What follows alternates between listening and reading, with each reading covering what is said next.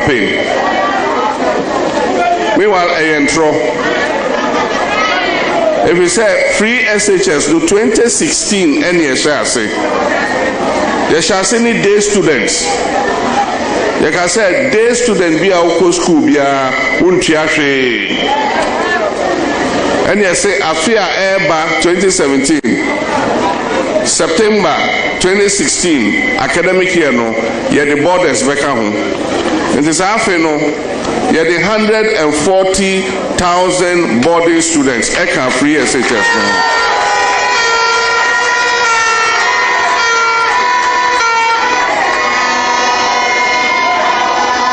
If we say Constitution, let's say we should do it progressively. Now, progressive. Every year near the Biakon, every year near the Biakon. Copim say, Yabeko Bia. And almost on Bayano immediately. Immediately, I almost on Bayano. And no energy or how Abeto Awofonoso.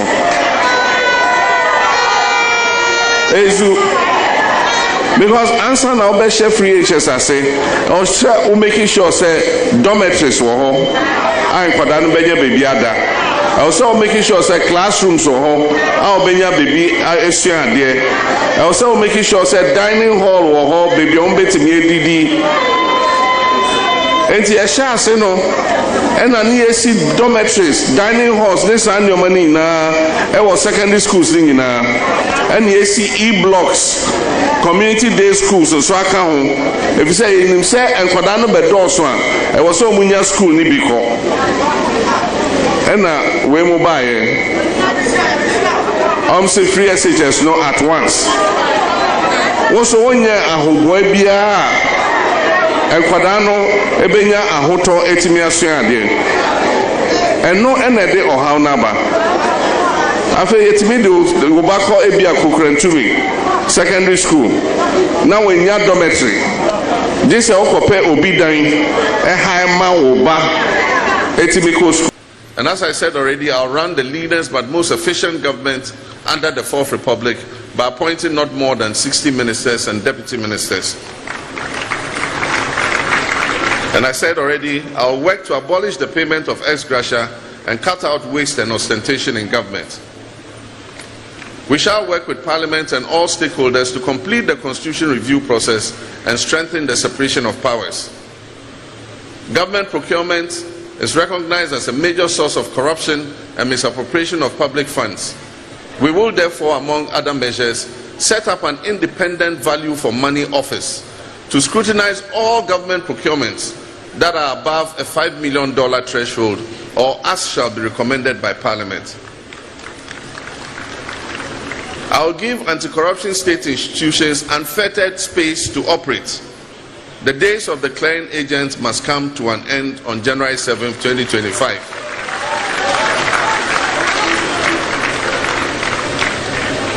I'll also set up a commission of inquiry to investigate the matter of looted and stolen state lands.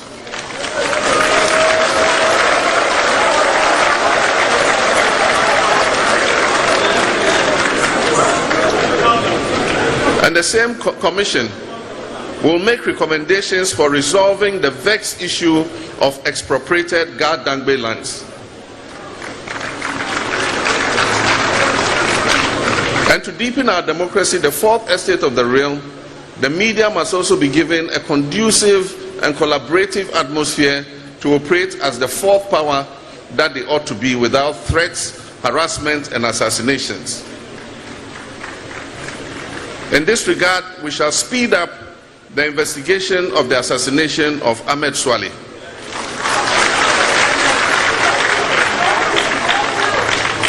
And the perpetrators shall surely be brought to book. We will restore stability and inclusive growth in the economy, and we shall rejuvenate the almost collapsed banks and the financial sector. And this will involve sweeping reforms at the Bank of Ghana because the central bank itself has been a part of creating this problem. I'll create the foundation that will ensure that Ghana will never suffer such a deadly debt management program that threatens to send our elderly people holding government bonds to an early grave and wipe out the investments of the Ghanaian middle class. I'll prioritize local participation in the banking, financial, telecoms, mining, oil and gas, agriculture, manufacturing and construction sectors to generate more jobs for our youth. The Ghanaian young men and women we interact with on a daily basis and their colleagues in other African countries are simply tired of the jobless GDP figures. We will actively attract viable and serious private sector investors to partner government to invest in the productive sectors of this country for more jobs to be created. I will advocate strongly the return of investors who have left because of the poor management of this economy by NPP. We will restore stability and inclusive growth in the economy, and we shall rejuvenate the almost collapsed banks and the financial sector.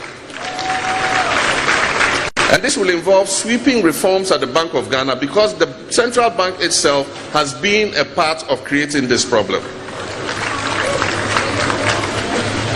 The NPP cannot be underestimated.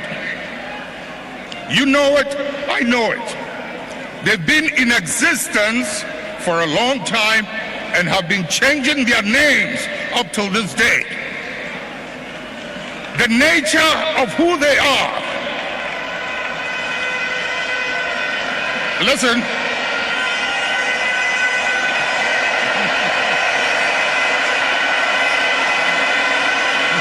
Munjir.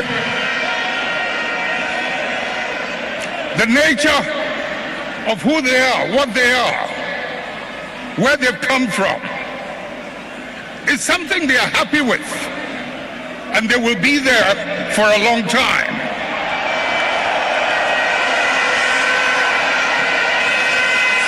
Let's not mimic their behavior. Let us reach into the principles and the values that emerged out of the circumstances that gave birth to us. And if we can hold onto those principles and those values, we will move way into the future and no one can ever defeat us.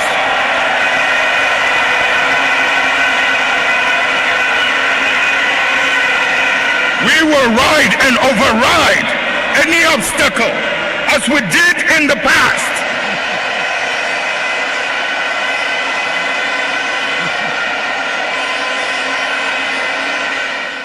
The NPP cannot be underestimated. You know it, I know it. They've been in existence for a long time and have been changing their names up till this day. The nature of who they are. Listen. And we've seen the cardinal sin of the Fourth Republic, which is the disenfranchisement of the people of South. For one whole term, they've not had a member of parliament. But even if we put that aside, the people of Asin North elected a person to represent them in parliament. This government has manipulated the judiciary in such a way that they've injuncted the member of parliament for Asin North. So even though he's the elected member, he cannot perform the duties of an MP. That is a gross injustice, and it's an affront to our democracy.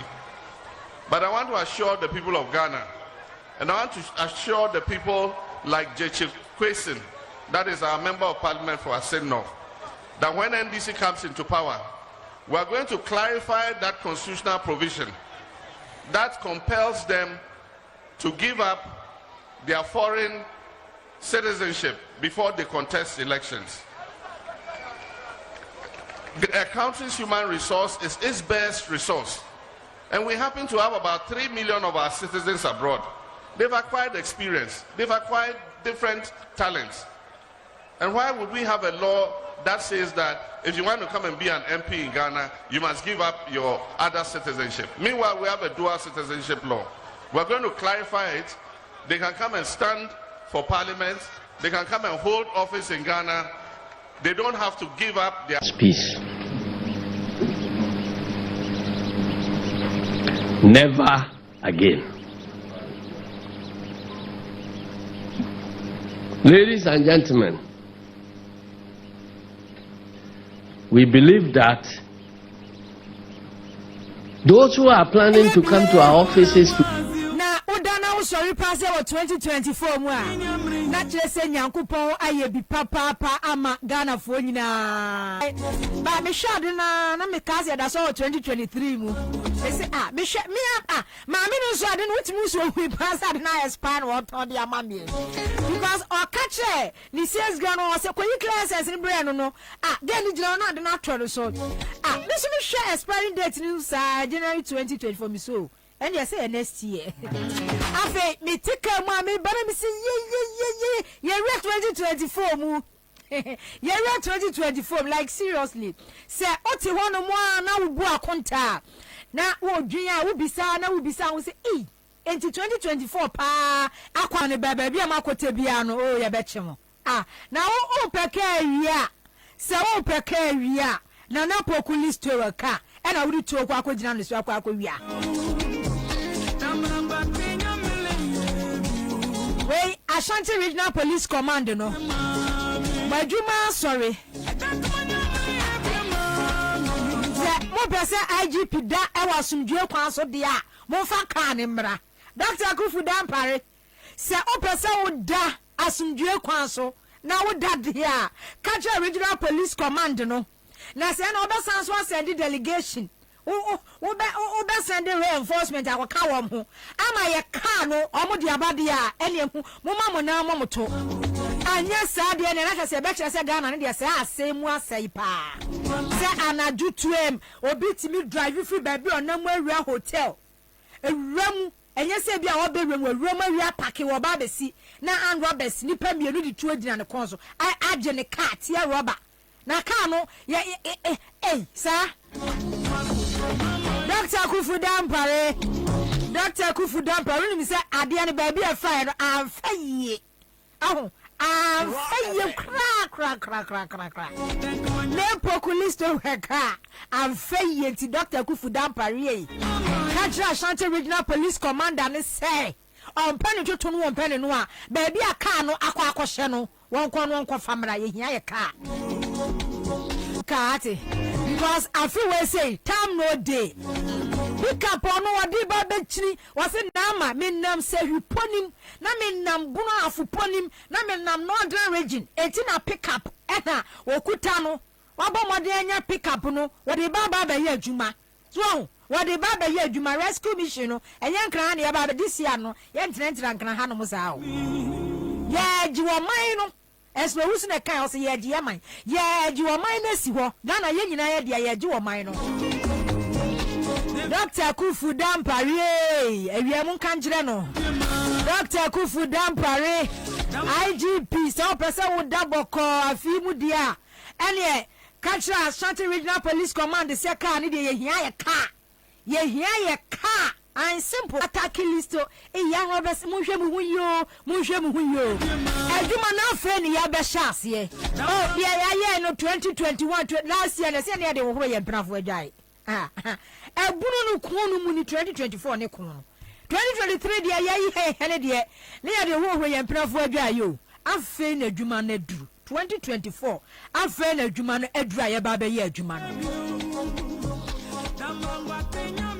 Enti sa and robbers some no crowd no crowd e team case kura na wana catch us adwuma na ye ne yensuo bibia yensuo bibia obi antimi ne obi bia foko Ghana ade na abaye me o vote nya baako Ghana ne ye nyina ya dia said ye omo kwa ye friend say bugri na abufio a COP Georgia Lesmensa any police from penny for mudi so da konkonsafo police from penny for mo ya true for konkonsafo e kwa bugri na abufio kokodi ntro yi a police from penny for na no mutonwo amuti bugri na abu a oya president Akufo Addo futufo ti na nimu ka Rollins regime kura military soldier for memu kura no enipa wu soldier police for penny for na ka asem we yo enipa wu andana na Akufo Addo no military regime kura BNC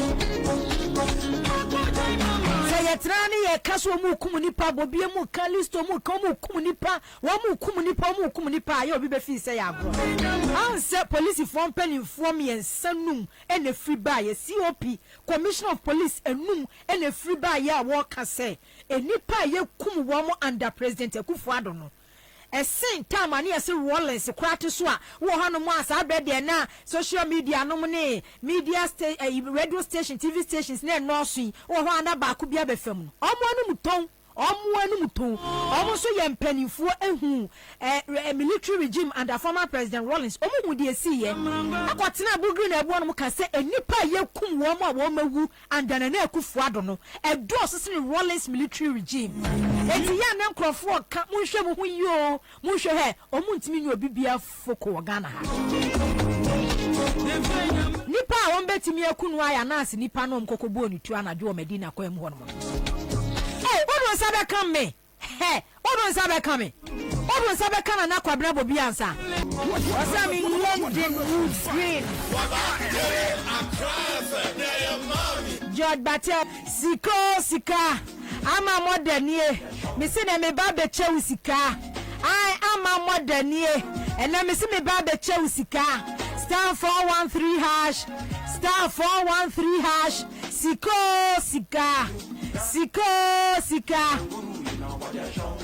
Sika ni jibio because ya kwa from ampoku no ya kwa ampo mi kwa yensi ye eti mi so te se mi che sika na brabeji bi na ebere ni du a me hihye ne ma wa support me wa boa me afrensu weti mi ayi nsa abode ye ya kwa ampo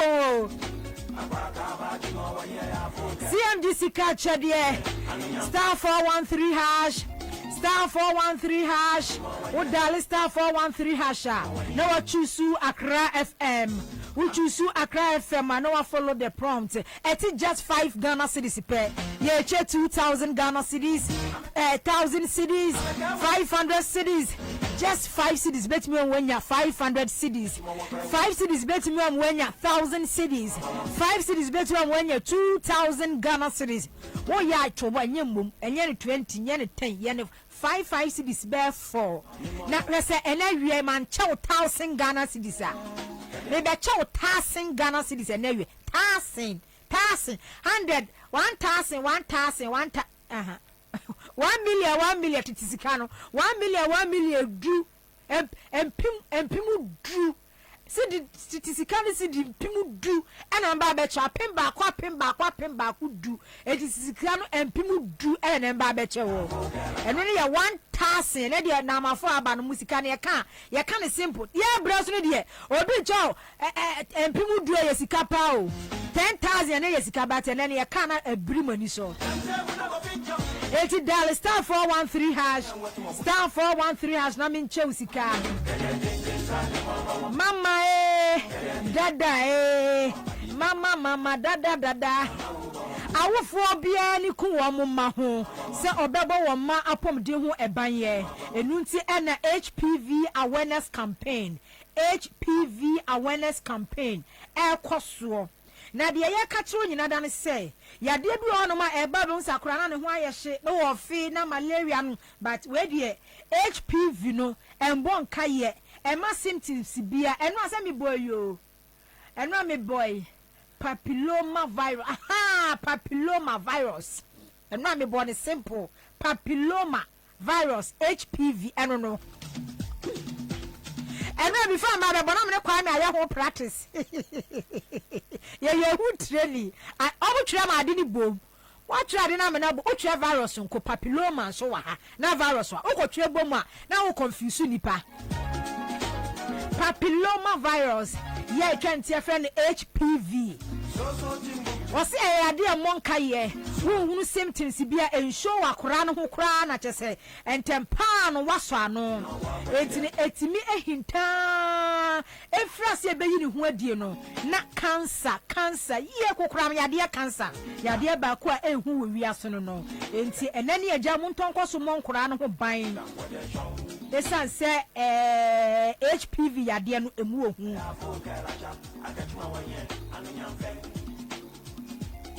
eti wo kwa your website ne so a medinforma.co.za ediebe health ediebe subject ediebe human ediebe papilloma virus. Hey, I tree station na mususu nso na emangu yeso. Father Martin over Obama Miana. Father Martin about Mr. Father Martin about Mr. Ebi bidrofie. And Father Martin said can't so about we now messes our how. Oba unya messes our how what way Father Martin about Mr. I tried to snare how to two don't pemuchu say review.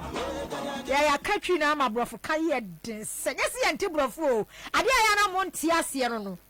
Now graphic no yes sadia chane ye newspaper review no ka say tree na ya so ne ya kan tree ana news ya kan brofu wes akese ne ye kirem but as say ya kira di nu mani nti ya tang ne ya mouth no aya familiar with tree west no so ahu tree west no ato ye tachira maso say brofu no ye te brofu pa ye ka brofu pa Uja ya brofu ne be kebi pa but said the Valentina be come brofu no oh say I mean I say me to Valentina e be twia na no Saturday CTV so twi kura na ne kan ye de bibini ba santini abayua o ka twia so o ka brofu eni me so me ka brofu dia be ka say de me ka twi no so what say me ka brofu dia o be dwen say na ama o ka twi brofu na so o ka brofu me ka brofu pa ya ka twi no ama eti Father Martin say ni na busu wodwa so no bia esiesie oni padua e ma wankasa hu se ni padua no ahode sunku wo mu ebusu e wodwa so 0243115948 0243115948 Juango energy drinking so e wo edwa so your ultimate source of vitality and the one wo sorry na se why hodwa ahode ni ho no mo ahokeka bia ni ho no mo a pe Juango energy drink enum emo ahode foforo kra Seahorse 50 by 50 energy coolant se uka engine no ebo ana se fort be mu a waso ba ye hwrofo bo ka engine ho ban eye Seahorse 50 by 50 engine coolant enfenso gugu ka engine mu na mu kran raste enwe na achen eye Seahorse 50 by 50 engine coolant and I make comfort na mede amawo na yewo other grace nso wo hono 33 by 67 was it eno for good protection yes also 10 by public account committee pack et nase na eniema pinua na edbeda di ewo ho Ghana Revenue Authority for boss de amish emeba mempe full name no wa hase Ghana Revenue Authority boss ena enu a okoye enti de bebo ni full name no ewo hase ni nyina efa ni age emfi a wadi okay emfi a wadi o 62 years last year kwa no nya 62 no last year ena onya 62 years no Ghana Revenue Authority boss no ni din wa hamba Dr. Amisha Dal Owusu Amwa Reverend Doctor hey rade say the kwai mu asofo pa de omo yakwa no masa so the Reverend Cross so aka wo mu din ho Reverend Dr. Amisha Dal Owusu Amwa kopie mu e wo parliament enra public account committee anim na ensembisa no kwa akoso ayi na adwuma oyi nsem anu a ena akofar ba huntahu Sam George kobisa na say wadi mfie sen o ye public officer ndu age de wey echinyije bia ni ho a eno na wa say wo bre struggle ansa na wabo age wadi mfie sen o ye public officer ubi bia wo public domain wontimi there are some certain things that dey o personal niema o person be outer eno no wudu mfie na no yire no ma no maka no dem but our Ghana Revenue Authority say ye bisa wo say wo san so kwa yo sofo ya ugina edom anim e preach say wo yo sofo entu de nkontompo na braba de wo ne tonkwanta wapan abra asasare Deputy Finance Minister what be your problem abra asasa what be your problem man me say wo program pan say na enra ye bisane say osofwe reverend ya wo the bible na wo ba ha bible so na wo kura ye e take oath say no kura na aba be ka wa ha sei ka wo age a MPP for members omo wo park so say omo ntibi da Sam George abom so say osofo amisha da akwa bisane age one so to papa so kire say age na wo aka no eye ne den say wo beka because Ghana Revenue Authority boss entimi ntina ho no mo wo bra 162 years when you 60 years yan say President Akufo-Addo renew the contract wa man e be a 2 years contract yes per the law constitution kura ya ekum ni pa edu o man nya ya ebu o man ya bra o man so am o man ya sei sa constitution kura yes emre mu no president wo tumi so obetimi extend the term and ne contract to 5 years onya 60 years no obi ante say the 60 years no when you 60 years eti e bia ya extend ya man 2 years contract ya wo dey year because na adwuma so nani osofo Dr. Amisha Dao adwuma wo ye Ghana Revenue Authority no ne saso ye nya bi oba bia da se de kanofori atase so as finance minister na na Akufo-Addo so wonya no so nipa wonya no so obonfo omambofo destroy your say ade de nto no na nto nkoso say ade no na eno na bra osasare ni MPP sia wo mo wop a pack so chese wo mo tiasia se ye bisa ne se ni age because omunim se ni age ni pia eyenim guase de mana na Akufo-Addo ye hwe de no akose wo parliament ni emra jana so wie asoko. Sir, which year did you attain the age of 60?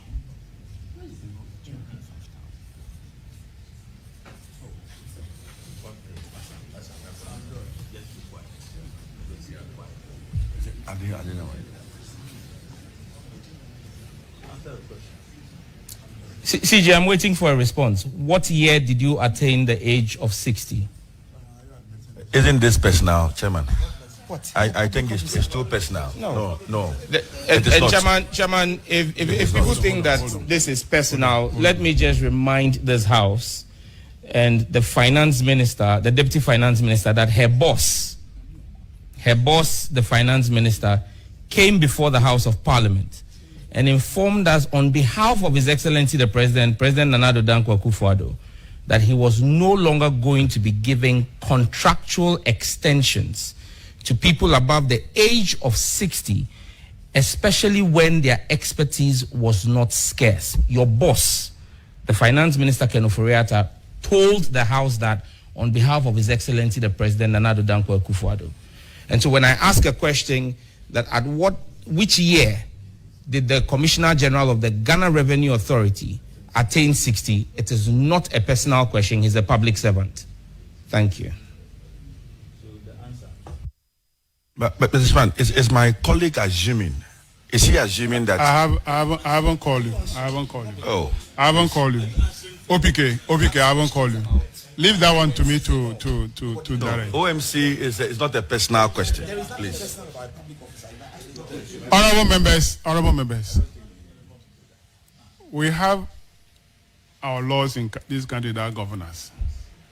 If the Commissioner General attained the age of 60, he can be given a contract. If the member is asking a question about his age, he should just respond and say, I'm 60, but I'm on contract. Finish. What about the finance minister say? We'll take the finance ministers on. So why are we arguing about this? We should not argue about this. You can say that, oh, I'm on contract. That's all. Yeah. So, Mr. Commissioner General, can you respond to the member's question? Mr. Chairman. Honorable members, why? Are you the one asking the question? Sam George is the one who asked the question. Can we hear the actual question from Sam George? Thank you very much, Chairman. The question again I asked, very simple. Which year did the Commissioner General of the GRA attain 60? Thank you very much, Mr. Chairman. Before he answers, I just want to find out, is this a public interest question? No, it respectfully, asking us. Honorable Minister. So then, Mr. Chairman, if he has a question, he should go straight to the question. But asking for someone's age. Honorable Minister, the officer to whom the question is directed is a public officer. So it's a public interest question. Chairman, no, it's too personal. No, it's a personal question, Mr. Chairman. No, it's not personal. It's not personal. It's not personal. It is not personal. Mr. Chairman, it's just like asking Mr. Commissioner General, where were you born? Respond to the question. It's just like asking Mr. Commissioner General, where were you born? For me,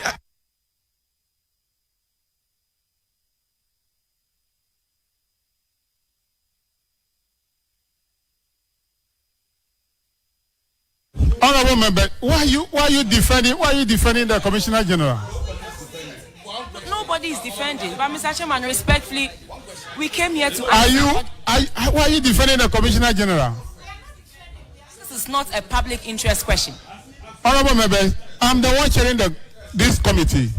I am the one chairing this committee. I have explained why I'm allowing him to respond to the question. If you're not satisfied with this, do you want to be shouting at this committee? Will that solve the problem? It won't. I'm saying that he's a public officer. We have the law that governs this country. Fortunately, if you attain the age of 60, you have the opportunity to be given a contract. If he's on contract, he will tell us, and that's solve it. What is your problem? If he's not up to 60, he will say it. What is your problem? Mr. Commissioner General, can you respond to the question?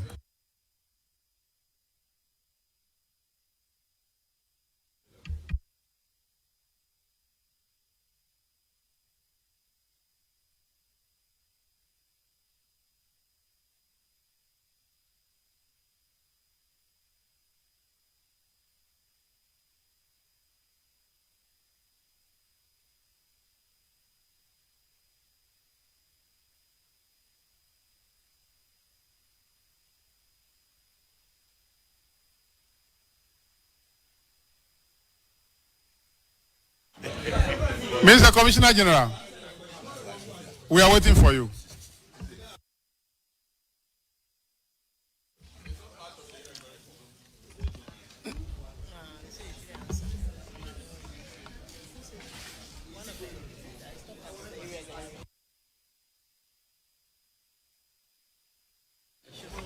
Mr. Commissioner General, will you respond to the question or you will not? Mr. Commissioner General, will you respond to the question posed by the member or you will not? Mr. Chairman, the Honorable Deputy wanted to make an intervention. No, I'm asking. Mr. Commissioner General, will you respond to the question posed by the member or you will not? Mr. Chairman, the Honorable Deputy wanted to make an intervention. No, I'm asking. Oh, let the video flow. Let it flow, eh?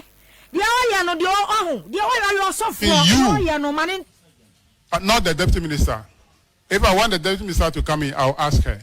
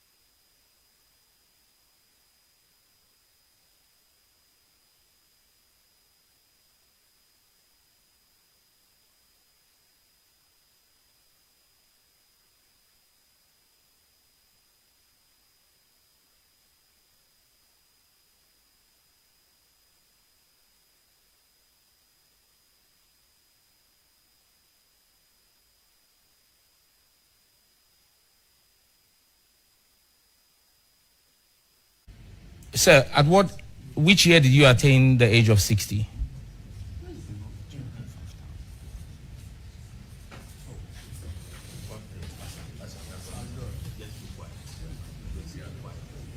I didn't know. CJ, I'm waiting for a response. What year did you attain the age of 60? Isn't this personal, Chairman? What? I think it's too personal. No. Chairman, if people think that this is personal, let me just remind this House and the finance.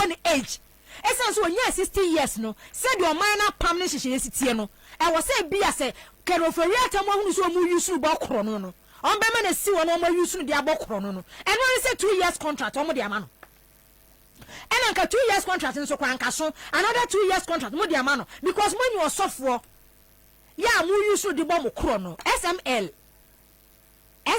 sir company no timber company na timber merchant company no a yesi kire say bibia e fa kire say sikasebo auditing firm IT num ne auditing bibia no eye timber merchant omu timber enua ho adwuma no omo ye ba kan oforiata ene wo ma ka bomu create SML aka bomu a SML no we dia papa we na approve ye enti petroleum revenue ya jare enya no at the end of every month biano 24 million Ghana cedis ye tua de ma SML e wo bra wo mu nya adwuma bia ye de contract ne ma SML no somewhere 2023 June kan oforiata sa tua de ma mo sofo ya osi mi Facebook yusu ya won kan kure ni age want mi mboi ono wo mo na aka bo mu bo kro no osofo mi shada reverend mi shada dear boss awia ni wo so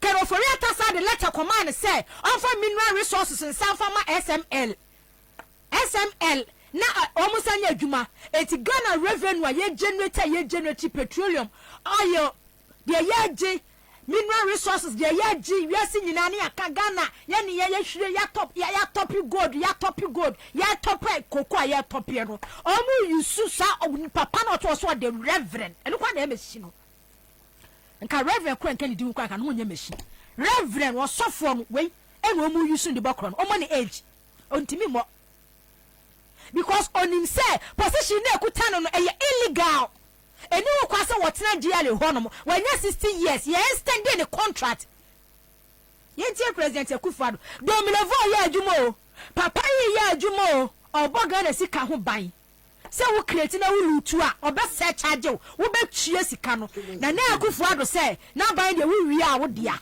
de be to wo na so bia ye wo dia fa do obetimi lutu bia lutu. The Auditor General was forced out of a job and one of his important mandates was rooting out corruption. There are laws in our country and the Auditor General like me, we should be some of the instruments at your disposal for dealing with it are weak and blunt. You will get no results. President Addo, some people are upset that the Auditor General was forced out of a job and one of his important mandates was rooting out corruption. There are laws in our country and the Auditor General like me, we should be some of the first to recognize the laws in our country. There's a time for retiring, which is prescribed by statute. They're not my making. If you're 60 years old, you're supposed no longer to be able to work in the public service. The Auditor General came to 60 years old and had to retire. So the expression, and I say so with great respect to you, Mike, of forcing out, well, he was not forced out of government. He left office by the operation of law. Instruments at your disposal for dealing with it are weak and blunt. You will get no results. President Addo, some people are upset that the Auditor General was forced out of a job and one of his important mandates was rooting out corruption. There are laws in our country and the Auditor General like me, we should be some of the first to recognize the laws in our country.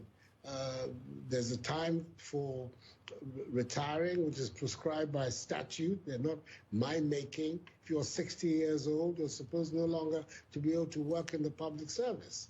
The Auditor General came to 60 years old and had to retire. So the expression, and I say so with great respect to him, that of forcing out, he was not forced out of government. He left. Massage krano, and manipulating massage figures krano, and look on a good many mwasi.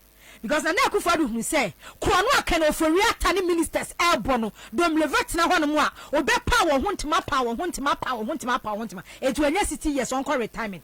But Jerry boss when you say, I'll be 62 years. Others to parliament. Others to Jerry. After 60 years, you understand the contract, your money 2 years contract. You ye, oh, said you're not park. Chairman no akano honorable aveji akano say kachira ye when you 60 years ya kachira ye say when you about 60 years and as yama contract bia kachira ye na obi ehu ye boano ankofo so for amishada wantimi ankasa because agenda na o ma set no omunya obi say we say do one dey how ma kachira me say me nkasa adi omunya obi so betimi ayusu amanipulate you ayusu krofo papa num krofo kununum akukọ ko school ayibo PhD nom wo otam ni CV no ade baba tu animu a kan ofori ata CV no ho na Akufo-Addo CV enu ho so ahu yanka wo hunu wa mo a wo hunu se krofo we mu pa de animonyam wo manim but oma allow won ho na politicians take them for granted politicians ayusu wo mo krono na politicians ebono okwa various ministries ya enye directors omo yes sir accountant form wo no omo directors omo boss akro no ebinie aho chance akwawia mu atua na mo sa de asemo yakodan shraj Commission on Human Rights and Administrative Justice say GRA boss Reverend Dr. Mishada Amwa wabu 60 years say Nigeria shraj fo no ebe do omo report eba say through their investigations no omo fundings nie say ya no kure say nya no kure shraj fo ani mo guase president Akufo-Addo ani mo guase kan ofori ato no so kwagina parliament e ka kire Ghana for say wunya 60 years abekọ retirement except say e bi adwuma wo ye no ye nya replacement no na wo mo de what do they care ha I was informing kwa na me ne chance akwari ankotwetwe nkomo Enfa sa we say convener concerned citizen group Ghana. Enfa sa insem we say Charles, good afternoon. Okay. Yenim sa motu ana mo afaje boss you hu a efa ni fia wadia wada so a ekuta ni position as GRA boss. Enu a de bepie mu e wo parliament yi uso mu say. Nana me do wase no ma chia ye wo chief nyina ye dikan kwara bo bia nsa ebi obi a no se nani da edika me kasa mo fidie so nyame nchechire ne wre na ye ma na busu afo nyina ya akọ na na ma wunim enura aye da ba ko a se ni Kristo ni ankasa mo metra se na mi bisa mo se the word heaven na asofo ni imam fo di ani mama ya akọ no aye re se mi amintini ma di ase a let me make a conclusion. Say me doubt to say heaven be ho. Say me am jibia because abena or say sorry. Heaven pluma to amano and found me sorry awko. On suro nyame en sign ka ho. Anyway ni paponini. Amisa die. Point of correction. Office of the Special Prosecutor. Any de command. And also, selective justice not the office now useless in Tino. You have the letter command as and a reminder, OSP Muayen. You have the character command office of the president, GRA board, or more board Nankasa board secretariat, chairman. You have elected 2 occasions now come on Majako. Parliament select committee on finance. Kukwati ene chairman yako momo krata yakoma speaker of parliament krata entimini esinra no me fam say nyankopon ne pese oda niemadi but we see you know honorable kujata frame matete mpanifo be na omo so show interest na ma niamatie no yemu nketo awo niamu mo kane na wani abre ho no scam via akoso any scandal be no the FPGR no ni nyina kikabu mu a wo de na edi anim mu nyina mu behunu na me no makoma na atom yem say emfie komienu ni ena me gina reverend na Mr. Dai so say na na kufu adu na nkasa mu ne west na na ma bia me send link ima mo ambeka se me ena makoye bibi mumpe delegate makwa me kwachi mumpe delegate 24th of August 2022 aya mame abra o se asare yawo Deputy Minister of Finance we or see no more financial clearance for post-retirement contract appointment, finance ministry. The picture me down daily guys. 24th of August. Combine so more retirement also having to be with us for 2 years. Abra or say sorry or see Ministry of Finance with immediate effect or support all financial clearance for post-retirement contract for retiring officers. Our statement, you know, Nipa was signing here, Abena or say after daily guide, MPP former national chairman, Freddie Blade daily guide. And when the publishing story, you munkope. Na class the mumpa bra or say after picture and tour in a nimbuasia canon and brasse. And Mr. Dai are retired. Or retire, you know, and can someone point to be ending of 2021. Nana Major Papana Juma 2022, why Juma 2023, or the Berea 2024, where can you see a quite you see a answer. Now, so for Ukra Bible, Kenya Mesem. What the Public Accounts Committee was swear, what the Bible now, what the Church Baptist, or a Baptist, sorry, something you know. Ah, Baptist, yay!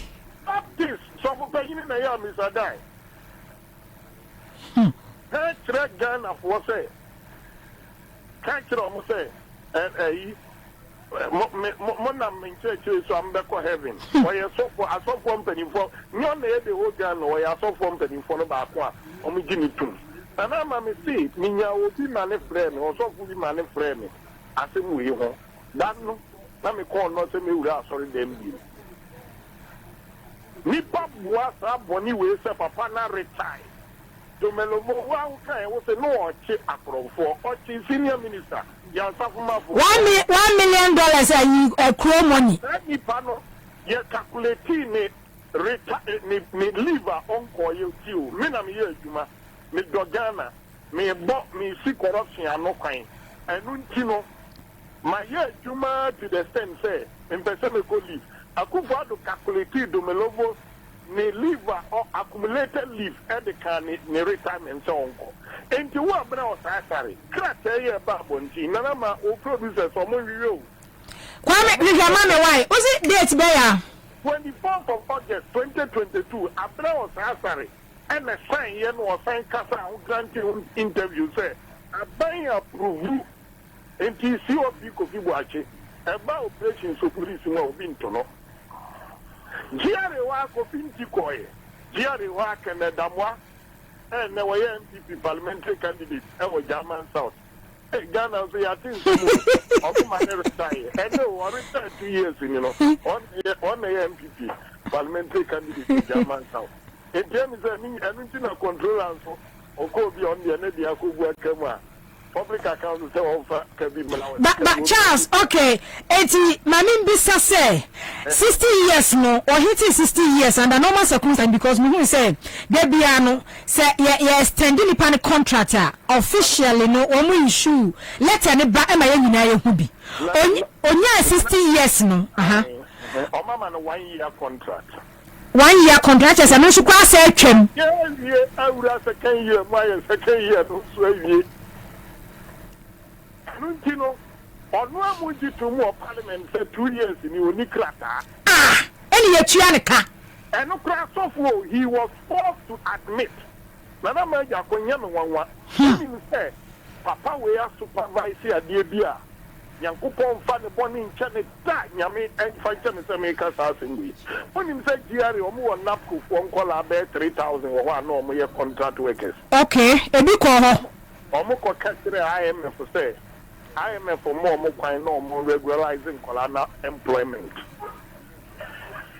Oma employment na more cronies and crown contract na so yan for more nationwide. Boba, let me see how that Yamid in bedroom can Nimria Yawoda Kilame, Yawoda Miame Pebre, near Betras near Cat. International Monetary Fund, one must say. Must seek clearance from crown employment no man found crown or man for one thing over. Almost a sound woman called Flogum. One now for one man or Mabusia for intimacy. Kenoforiata, another Danko Kufuado.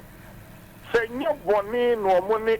Now we approve as a word area and one some mobile party and I'm over bones. One say, your petition in coin or any beer pronoun call for coffee and contact and petition nothing.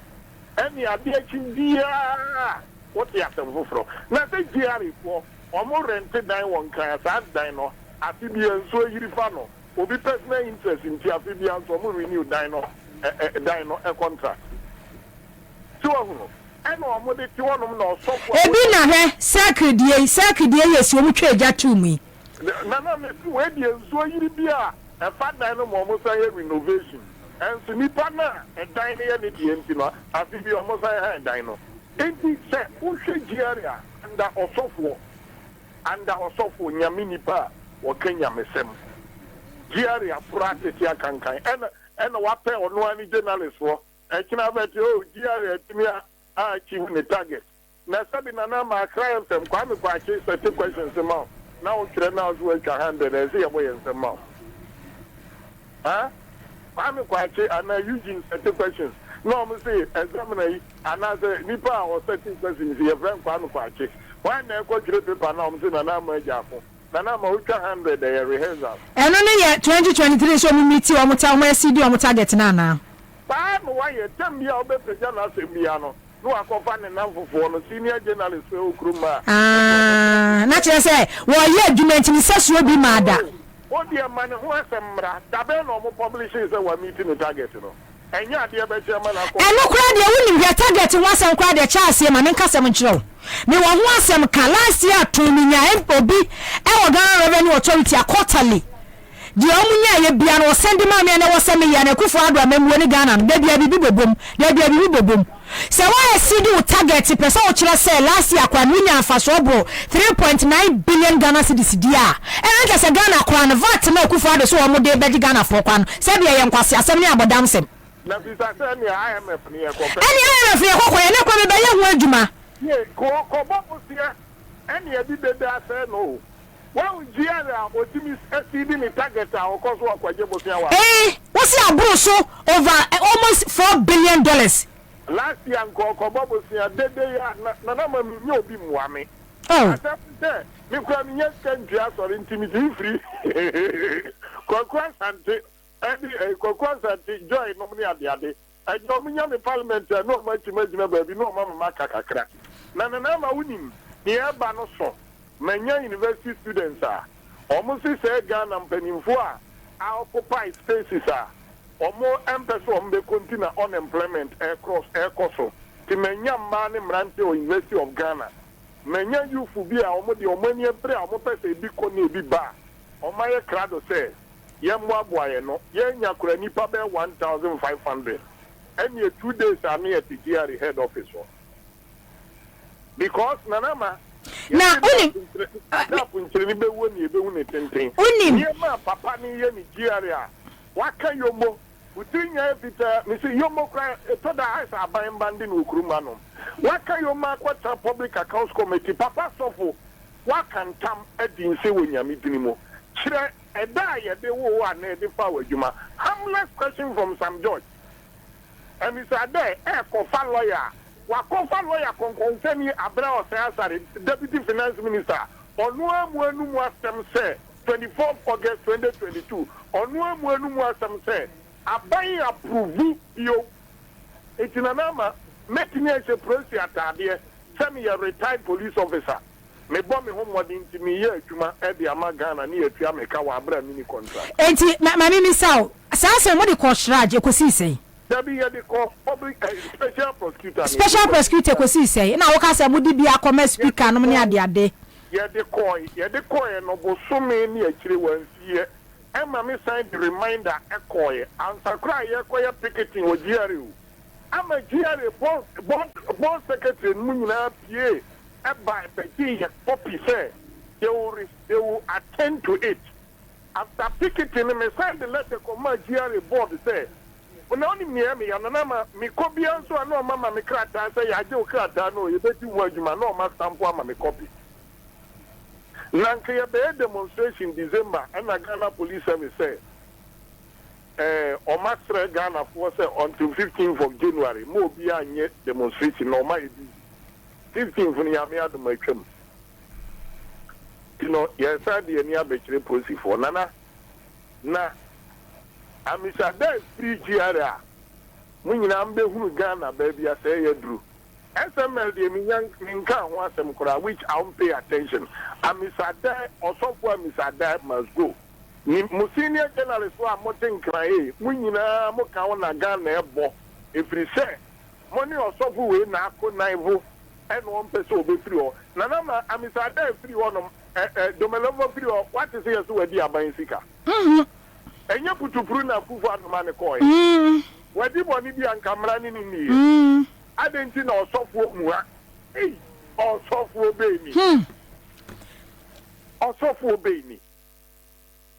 osofo a Mr. Dai ya bodin emfie mienuni Ghana Revenue Authority unye hu ewo na Revenue Authority in their history what is omako abontin so omko bobo sianda what is omako so omko jilunda say ya nyedede enu kuja tournament parliament mpanifo bia mo a nana maja me kra de ayi Charles de wo kan kra so omko bobo sian because any part of the document man me no o say 4 years ni every year bi omo asidi wo mo target omunya o say every year bi omunya e ma ne bro so covid brain post covid year 2021 2022 every year bia no Ghana Revenue Authority budget abane de be ma wo mo say ye 100 billion no omo timi nya ema e bia 1 or 2 3 billion bebe to so enti di adwuma Nigeria fo eya omo boka omo kwa kwaji loan omo kwaje bosia eno foriata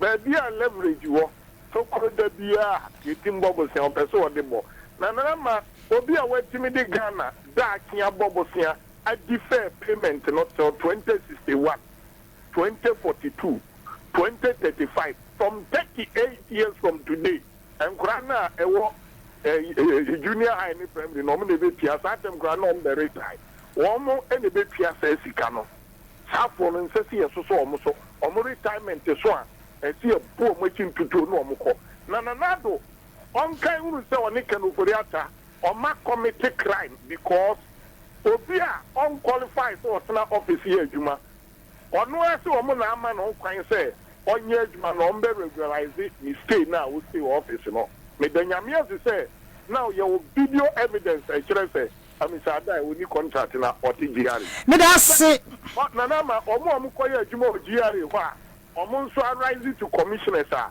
time aso say bi betimi agari boss no covid anka Canada mo abema Canada mo anka enka misa dai beba aden na odi adu so agari the entire institution no oyo omu nyina bro na wo say diga na ewuka ho oyo cash cow Ombeti enka meja fo ne bo nyede enkwafo baptist of why cash cow the market no for reata ne ba omia na ekufu ado ye wa ku Baptist convention no ku Baptist asori animu ase na kwesi ada okwaso na no abegina ho yes Reverend Dr. Amisha da hwa na dey preach no cho heaven kwan we no cho heaven kwan o kan yes na amafo abamu nwura de we no watan Bible na o preach no ohenha no wo hwirisi we mu ya sofo wo kuremu nyame no wonder say na say chance ye ma me na wase na ma ja komedo wase parliament no dia na said ye na chance e ka no o mo sheda no watua ma journalist o ko justify the entia 2 years ni or that payroll suji pay ya only contract oni contract bia 2 years ni or justify magana for who say Baptist of for Reverend Amishada de entia wada so a Jerry hono mu no a ogi pay no eti o si GRA backs 113 billion in 2023, the highest collection in 20 years. But we say no because obi the document ni nyina ma me quarterly from January, February, March eba or the ebe pim December ni nyina ma me ye kire pass no kwese Ghana Revenue Authority 2023 omunya sika revenue mobilization ekosoro pa eshutu kosoro sin said the okano 20 years ni ebinsi da eti Ghana how enye actual tax tia Ghana how enye revenue mobilization said the do baby a omo kan it say as a Ghana from petrol tia yen pet tax tia Ghana hana ye tie ne de emu nipa ya dapafo emu nipa ya kohwifo yen pet tax tia because eska we na make no yeah, or do you want to suffering 113 billion Ghana cedis in 2023. Taxes are Ghana revenue DJ no petroleum dear woman, friend say gold mineral resources dear woman, gas for dear woman, taxes are 113 billion now can me say no credit because me were document in nature say no credit. But question will be me be son say. Then in this case, you acquire me for day. Your International Monetary Fund kwaye dey because o man ya hu nchire ye senka ye any tax regime and as a tax revenue no a drop ya ba from ye ma wa mo target say ye per 100 billion the really say 100 billion no o munya 70 billion ya fall short space abed them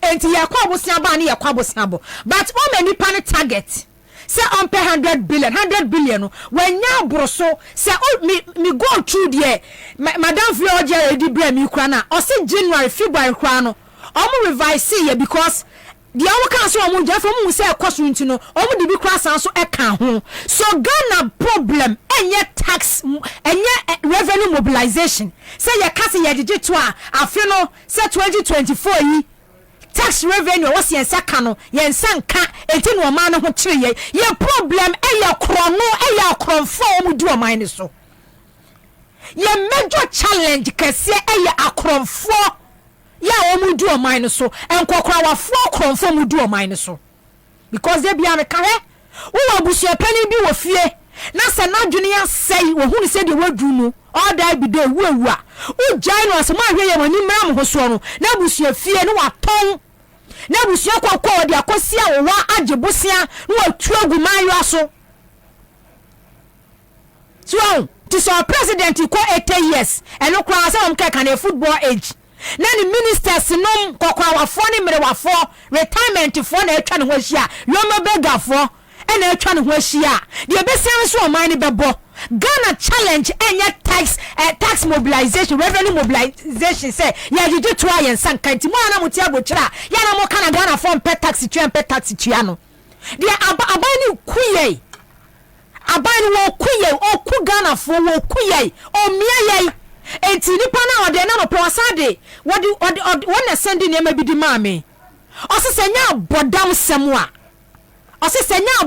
semwa wa ma ye target ya SCD ya nya over 3 billion close to 4 billion e dia to so the amount o man ni kwada ni asore ya January we so the 15% VAT e dia to electricity so nya bodam semwa e ye pure madness mun dwene ni power ya bodam sem because can oforiata ba umia akufo adunum free say animal kingdom emua bi na wo mudi wo muso enti Baptist sofo woman na wona makona even na mobo wo man ne kro no bisa wo mo senya abodam semwa senya abodam semwa si etimi je to mo sunu taxes mo the taxes e Ghana for so somewhere last year was it last year or last 2 years na me kai kumasi dwem traders eto wo mo shops mu adum anu dem se VAT taxes e gu wo mo so o mu tuto o mu guta for kan wo ho wankra ha eto to shop oh less than 1 month na can offer VAT o mu koye tax VAT amendment SRD be peace wo almost so kwana mu di Ghana for su and one is some taxes and mu di egu Ghana for so this year yi madam fu bi last minute ne kasa wa ha o se na nama ko hwete ma ha bodo omo ye wo ho o se ko hwete ma ha bodo omo ye wo ho senya abodam semwa Ghana Revenue Authority osofo edwini ho se ne seso yenye bi da over 20 years ni because he can won twie na won dwini edema wo man no ebi nsida enti die benti ena se taxes no mosade VAT 15% koton kanea so se nye abodam enye tirimoden se mutirimu wo sum mun dwini ni pa ho mun dwini Ghana fo se mun dwini Ghana fo ho a se mun dwini onipa da sani ho a kana oforiata wo yale yenye sika nko wangu wo yale yenye sika enka wuye ka wuye senye sika eni pensu enkrofo su omani mu aye den omani no 2022 ya to niemamu 200% 300% 150% 2023 ya to niemem eni pensu ni pentimi ton kanea eni pensu ni pentimi ton kanea wose abodam semuntino menya muwa na midi wo musunti masadi 15% VAT e di ato electricity so ukoto 50% 15% bechino ukoto 100 cedis 15% bechino ukoto 150 15% bechino so at the end of the month no uto be 300 15% naturally say uto bia na edaso munjuni ni pa ho because mu fi se Ghana for ya moa still ni pa da so di machi enti mu dwen se ni pa ya moa abra wa saasare udwane wan kasa wo rani away from wanu nsem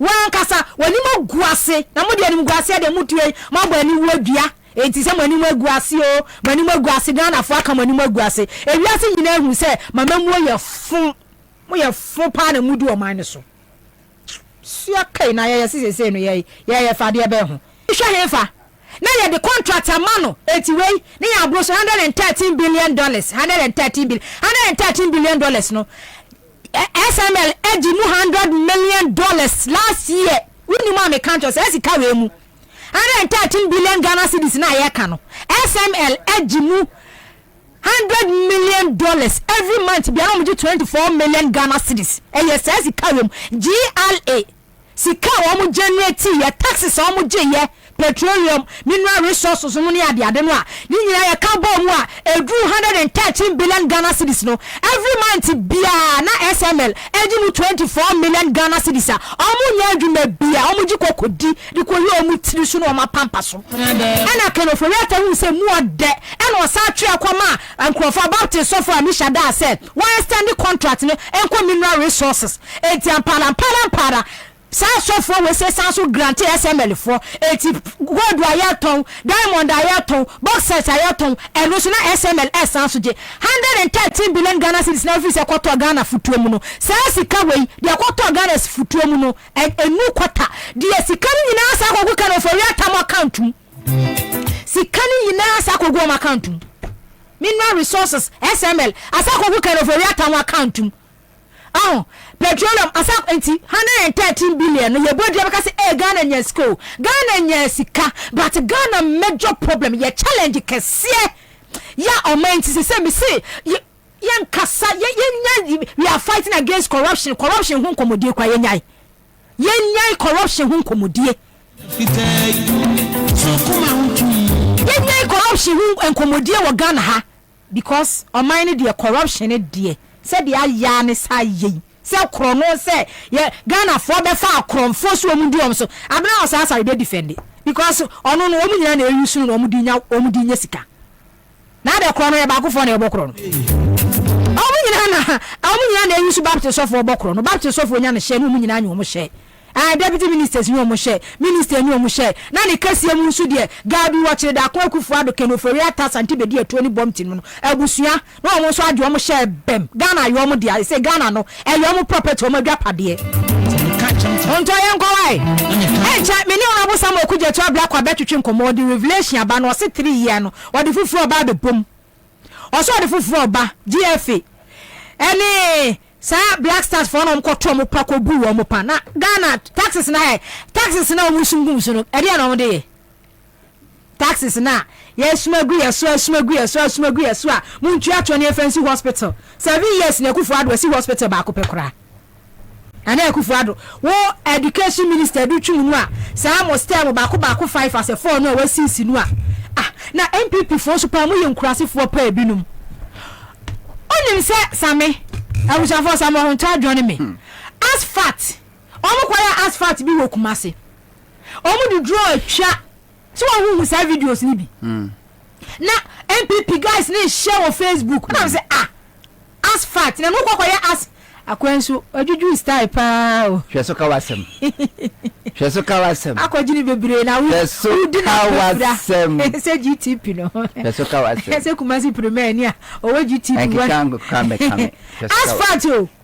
as fat na omukoye ye wo dabe kumasi area ho no mu baabi e no mu di draw atwa e na MPP boys no ai ayi monkey dey work babu dey chop say monkey for na dey omo ye adwuma no na omo share on Facebook say me na say as fat na mo na wo ye second interchange an kan be ye dey na de ma menchia atiefo ne ahwefo na de din kan enensam no doso bebrio meba ho de din kan memma eye class media group memma mutrinkwa ye da ase ke beka se me mamo ya akọ ne hyede na se mamo trinkwa ma ye trinkwa esa nse dia to mo no se to obi a kanesi abubu ka eno an station kan kra yen san tinka bio na wura ha otumu sani amasesa modwuma wura so wa kire se adwuma na wo ye na wote ase ibe ma hu se structures asha se epija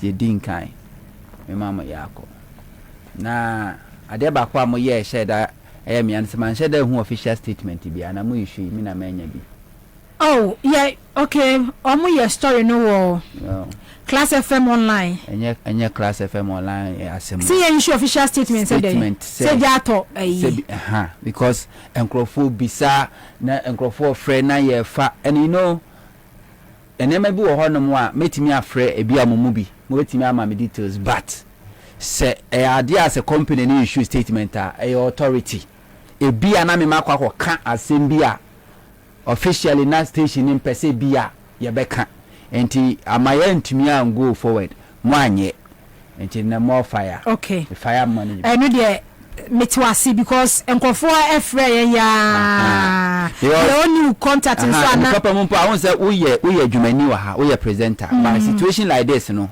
you are not mandated.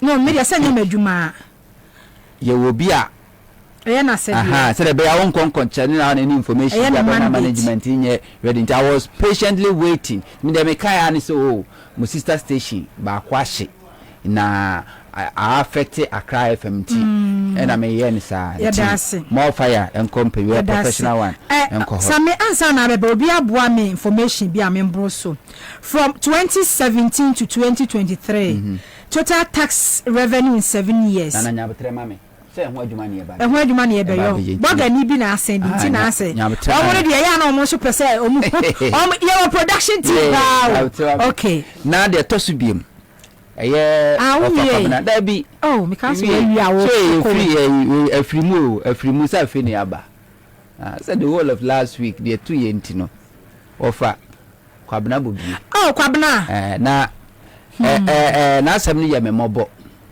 de din kan abrewati ye ma na yesi twire po nyankopɔ so be mi fani krensi yi na kokoye se aboa bobonua se eda ni ma me bewu no wode na no bebo to kro na chiso asiesie ni kama woduam nanso eda abobonua ma me we na pompa abona no enti wantimi amfa na no ammoto kro eda atoro nchem to kwabna bobi ansa enframani ho no aka asie ye ebitu anka ato ahoy ati radio good dada munti afam nyina bai eda ne ma me wu ne edum radio good enti mi kura nye ni funeral announcement ama nsante na so nyankopon adaroma Accra FM aba ofa ya ma shedding me ba ma hu se ni mu atwe ya ma ne shedding oh atimi no wa pa so do ne ma obi a wa fa ho akoda hospital abade wa fa ho akoda on say esma new year mu after yi bronya no se bronya ne na osie nyina ye hia oba ma mpon na me wa fija ase bronya na osie nyina ye hia no ne so do ko class no ko hwe maame na abanisa atimi no se bitimi bi da last week was say anaju once and we call all night midnight you know half night and down the pond tem be a one say no ko no pese obeda no afre mama anaju one no afre no de ne drive yakọ anyway na mi wi you my onto Teddy boso ni enko na ya mi ye ni tana na yenko ye ni wai na wo twe mu no kwame we yeko Ashanti region me wi na me de aba wo kwa na wo ka no so yeko nyina hini be bianka Ibrahim Ahmed Juma kokwa akotu box site ayese ma ntu no yeko ho eno so abusuani ba ko Teddy ne papa ne onso eku jam no na wonim me ka ba kwa no so no na no fiada me drive from Nkran ha etwamu a kotwamu Kumase eko nyina hini enra ahomachi ne sabedu ye me anam sa drive by nana we are talking about 6 to 7 hours drive from Accra to nyina hini. Okay. Na road construction project cost wa medi manihu ye mienu pe. From Accra to nyina hini. Pokwase number 1. Ena kwada so Kumase number 2. Ano kra no omunwie but omaye mekan say about 90% over omawie. But baby wo hono ma omonye but contractors nkra new kwan. Kwada so. Enti driving from here to Nyinahini only 2 road contract a construction project. Anana biso hu dodo say. Anana ye catch say Ghana year of roads 2019 e declare Ghana sa finish say year of roads. Meboa. 2019, 2020, 2021, 2022, 2023, 2024, 6 years. Na what drive it? Nyese akwana ya ye na ya ye dada. Wodi fi Kumasi ko Nyinahini. Wonam sa akwana so your first time no anhwe ya nana portal car ebe meni go portal mu. This long distance in the name of year of roads no only 2. Ena ye from distance who can say Ashanti region makutwa asphalt pictures anomo videos of drone pa no mo de nana me no empempi na yana me pese me ka Ashanti region assembly because anytime be me ka MPP asem na Ashanti region me ba wa chat you obagina ni so eya me pese me ka because me ka na madwuma no asibone empempi mo dwuma no sibone wo ye number 1 mojima no sibone why number 1 nanso papa so pa awoma so nye se bi onyama no bi na ya na se manum bi na ya me de na mum ni ye mu ntra nana me say Ashanti region eti se aboa nantwie aboa nantwie ni kase nyina no onim ni value enti nantwie ye de awoma so no kon ye twenu ye de ne kɔ no akora ketekete no de ahoma so nantwie kon na wo twenu odi so oni se de ne kɔ mayanka kuku no ye de ne kɔ mayanka kora de na mantam ho a nantwie na ni mi ekunu nua adwin bi ama ntim so onyi sina ho de na won tinwane na ni ba na wo so no so ya kyekere ne no na ye sikanda ne minimu ayekunu saa na Ashanti region akoye Ghana ha region nipa wom eba na bato pa ye kan wa asem Ashanti region na no registration ya electoral commission ye kokohwe Ashanti region etwa Greater Accra. With that Ashanti region, MPP can never win election in this country. MPP as a political party will not exist without Ashanti region. Nanso hwe ya kwa MPP for the Ashanti region faso na wo kwa kakra twa omanim se de be ya obetwa omadwen asiso na omode omani atire ompo no ni asaje wa no asibone because of what? Tribalism. Ya tenkra ha mahama wo koda najo wo na port wo mu ade be chia no pa wo fifie no wo bedu aboboa no tum yagu asphalt enya ma ama na chase won say NDC for kofa eye drone ana camera say etwa because eye normal thing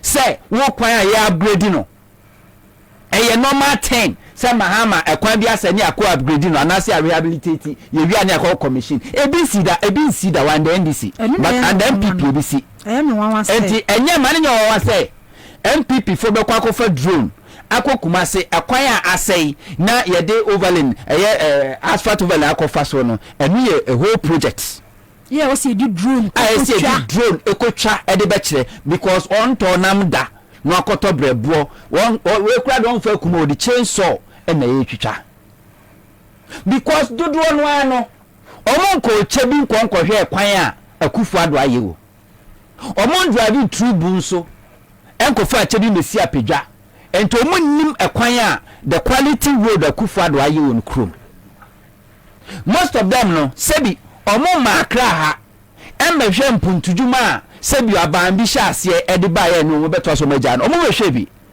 enti se won kona wo ka chom say you deserve better penisi de wa poto amana fie no won chi se odi bemu enti se mo na mukuta MPP mu na se MPP aba na se mpuntujuma bom se de Johnson aba abo akokwa ye ka se bi enya se etamo enya ni bi ne esamo me so beto aba mama ndisi na so nto aba mama ndisi na nheda mfa me ho saa because one to aba mama ndisi brother ndisi ba we ni ndisi wini ondo luso mu lusu but e was mpuntujuma ekwo ho Ashanti region entisa akra ha wonam kwa mu a traffic chi a you know say utu cars siasem tu cars siasem free ha akwa denta na metimi anya alternative route more than 20 metimi road mu a me fa me road me kwa kusi adenta but Kumasi is not like that. Kumasi de wunya ba bia ndo say we free anwaga o branch anwaga sa kwa ya obefa mi say wo koswame a anasa wo ko ofenso a ozo fa kwa mu sa na kwa kwesi swame runabout na wa fa swame runabout akofa kro from akofa kronom sa ba say akra obenya alternative route be brave entiana mane Kumasi traffic enso age ho aba ogwa re ka no go slow say kwa the traffic ni ho Kumasi is not a town, it's a city. Kumasi is a city. Mahama no yempuntujuma no. Yenya nkase ni tua. Na no obokwe Ashanti regional minister say Mahama kra wanya hwe. Na Ketia market no kra no 2019 ye commission ya Mahama anya ono. Mahama na sha se badunyo ne wiye. Wakan wa Ashanti region. Mi wa 2020 Mahama kujina manhia. Wasinana empudujuma yaye no we ejana bia nka ho ene de district assembly adwuma okay na kwani ni obobo kwan no obo hospital no obobo rose na no afie twam Ashanti regional minister samose mensa ko jina manhia ko jina otufu anim onso kubo akonta na aso kan na kwani de nka bebre na ma contract na nso na mse sika ni honti no contractors ni nyina free site enti de yaye no kran say pese terminate contract na de mo bi foforo sebi obajimi for kwasi ampenyi die ntia contractor no free site ni se wuntua ne ka enti se terminate contract na se de koma contractor foforo no amani sika e de na chese adwuma no beye ena kwani na Kumasi dwano first phase so mna ye de ale na second phase na second phase no anye anwe ne se ene si ho enti ada abo na ntwe be hunu se o wa ahoden no ebe obehu no na sika da ne minim sebi abo aponche oni sansamfu no aponche no wo na ntwa ho odin wo ni bia ka nipa be yire pa se na aponche ke beku no sana Ashanti region akwakoye when you talk omu free so because they don't vote for party awo penalty no wo free so majimi inye jimi na wajimi o mampani kufo na kan wa Asante ne de hye wo se hwe wa sitinam na to abapa o kan enye so omu free so wo majimi o sese na nkasa no omo ahwe wo mo Kumasi se de Kumasi mu aye nana na omo hwe kwan fa so a wo mo to abanya wo na hu free so wo majimi omo nkasa na hu omo so wo majimi the day Ashanti region titu ene ya maame ya papa no asantefo the da mu behu say MPP as a political party edi munyane na is too late. And Ashanti region, they will do everything for MPP. They cannot even do that for their own, even the kingdom of Ashanti region. What's the Oteko Koso? Produce and patrol, why you not ready? Now, no 11th a year 2020, January 2024. First time I'm above a year. Show so. I'm going Kumasi. You didn't come kakra. Nana, me won't to me as a more okay. Say no crescent post or kaya. A tefra hiasie. Wanaye obebutu. Me who say enkusiaga. So far as MPP woman no enkokusiaga. Yes, so far as the name MPP woman. Na ye menshia. Na ya Ashanti region. Enkusiaga. Market on the wall. Yetigana ha. Kojo bonsu. As a Kumasi mayor. Now we develop Kumasi. O si KT market no si retro park. No ye juma. Yes, kojo bonsu de no ye bone be no ye ye afaka ye yinu so paye wo manhia ye afaka on say onu kra wo say free adihye o ya adihye fo free mo free o ya de so kron ye yinu so paye o free papa kro ye yinu so paye eye ya makojo bonsu adwuma bo no ya nka chanso ba manhia be yinu ho ano ye yinu so paye ye twanwa ne nkokọ ne mponche emoja gu ni tiri so odike asema okoka ye yansema odike o manhia ye twa na su emodike adwane firi asante mantamu ebebo no ho adwa won kran for some months and na oko ya invite no yansema no because odike won belonging to MPP kojo bonsunye MPP adentina du wuntumi su dia muntwa dwan we asema say invite no maneba ye twa no su dwan adena muntwa no su dwan mo fro kranga word be ko adent yes mo pekra ye betimi atwa de ase ewo adena muntwa no su dwan we twa de ase be that is the hypocrisy we invite no medan wodi kedia ba no man kwa so nchechirem no mutwa no su dwan twa no su kodo bo suma mana nchechi mutwa no su mutwa mu yin so apaye that's not fair wodi kedia no omo tunza frɛ no wa ma no mo yes no, but I was against the course. No, listen. No, that is not the issue. Yeah, invite no. Omuchane trisu jan sana. Oba okota wi omkobubu ni office no. Eya obeye wi anu omso omra meyi ne ho ano. Wetiri so apa ye atwa ne su dwan. Akobubu ni office. Uwi afi na ka chenso omra meyi ne ho ano. Adenti na wuntumi omuni no. No, initial no. Omkobubu ni dan no. Ema agmansiafo. Mercy, no. I am fully was against that. I am fully be grabbed by year press conference. I am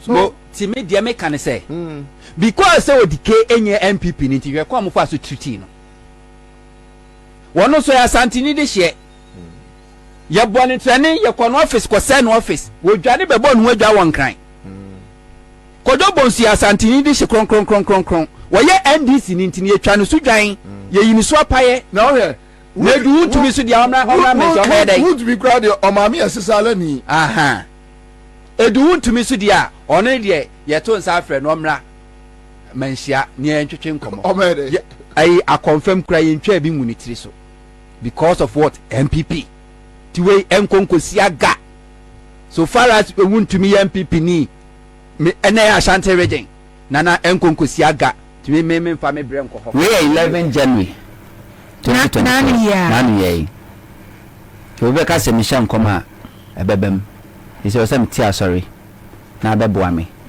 ise obi nu ana na sorry yegui o kana mi masem o se enso ye sha ase nana mi ka bi fa Ashanti region na mani sawo mo because me mfia madie mi che mi mfia madi mu a mi che mu nan a emu miensa midi enyini ewa Ashanti region ehọ ne yewo me nyame nkwa me ma me manyina ho ne yewo mo me ma me nankasa kra ne kokra no ye eye ababawa ti ho no matena me ne okase ho na me ma me papa nyina wo nua dodo na ho no mo wo ehọ na me shi school ase ho na me wie JSS wie secondary school be wie gymnasium school Kumase ti sometimes me catch obi kra se me nya santini a eya onyini say America ko bi be kase omo system no ko be kase me nya hunani kobeka se me asante ni because ho de ba bia be wo no ho na ofri enti me entire Ashanti region Minimum nana Ashanti region sum MPP say kunya kese no kwanya no omo sum MPP anya no kre anya kunya kese yo me kasa wi a wo de so wo de anya no kre anya kunya kese no omo sum MPP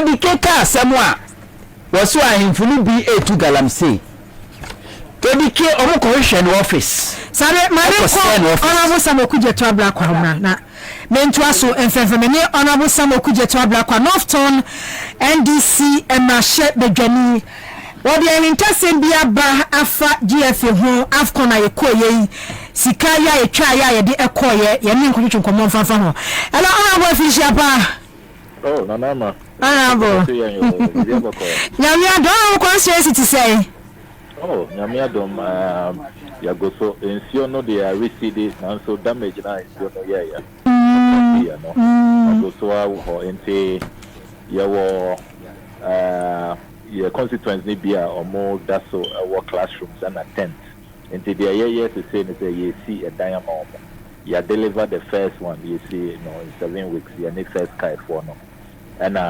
you start the second one also and also you be in the next few days you be commission and chedia now you're moving another 300 this time you say you prioritize in paying for no the aged and the fiscally challenged because you are here building no disability friendly into yagoso nkakra because you see you be trying banya minkrofo be to not tent ni mu ache into yankasa ye boaboa ya ho nti me pese me salute Ghana for na me bo mo aba so mo aba abepua ye in diverse ways enye Ghana for anka ebe din pa nti ye da obi bia se enti ona we dia ye beba ye nkomo twetwe na nkasa so but ya start ye fi wo dia ye nto so kakran fam free one mo ye nya ne nti ye say ye Ghana for first sky fi samena be pim samena abana so dia no waye wato foundation bi ya we frase a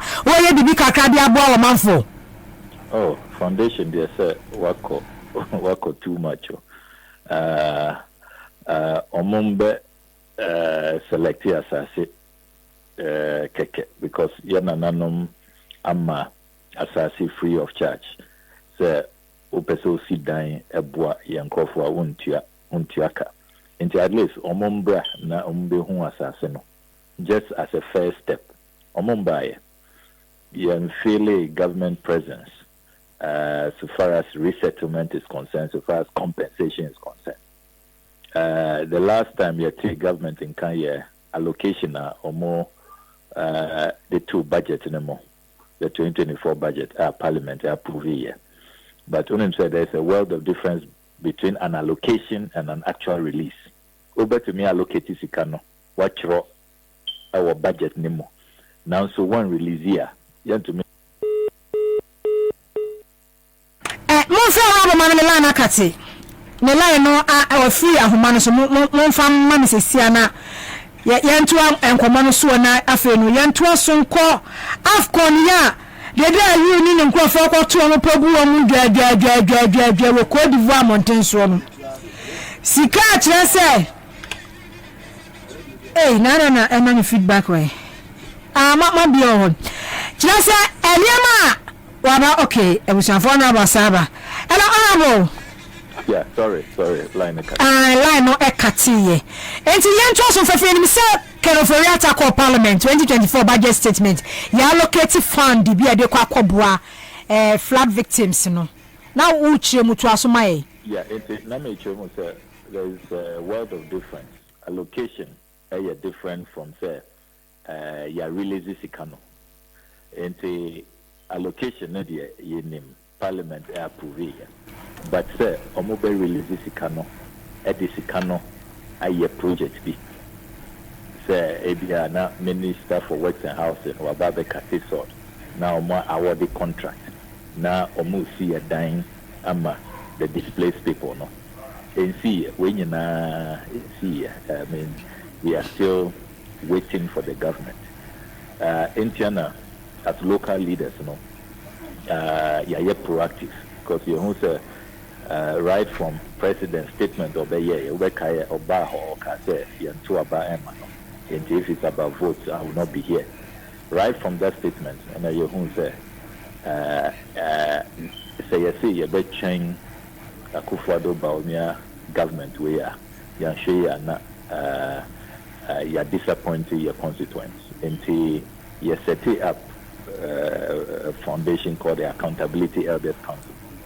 Donations meaning I buy or mobile account edit to mo. I'm not a signatory to the account. Or no more signatories. Donations na abba and year all these interventions. Until OSHA all the interventions, major interventions na akoso.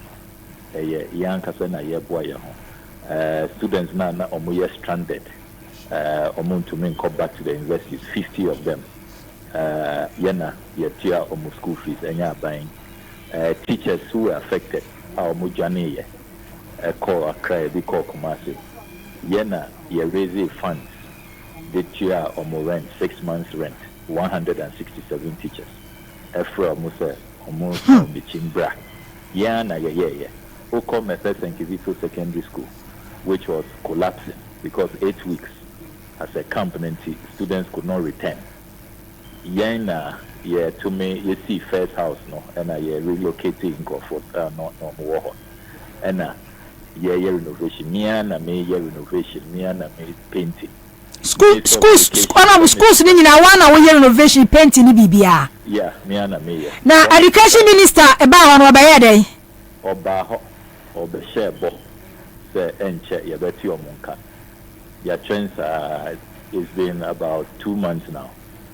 Anka yeah train or more anka school no be collapse because they see and it's a headmaster the education director be whom it say awofo no seek transfer of their students or more per school for ama or momba into ya school no be collapse into we could not wait any longer the raise wa parliament the prime minister was phone so several times he chose several letters but the kind of lethargy, the kind of ambivalence, no urgency, no sense of, seriousness and importance. And largely, Yana Yaboya, VRF4 say, almost after the few weeks of my withdrawal, earlier now on buses,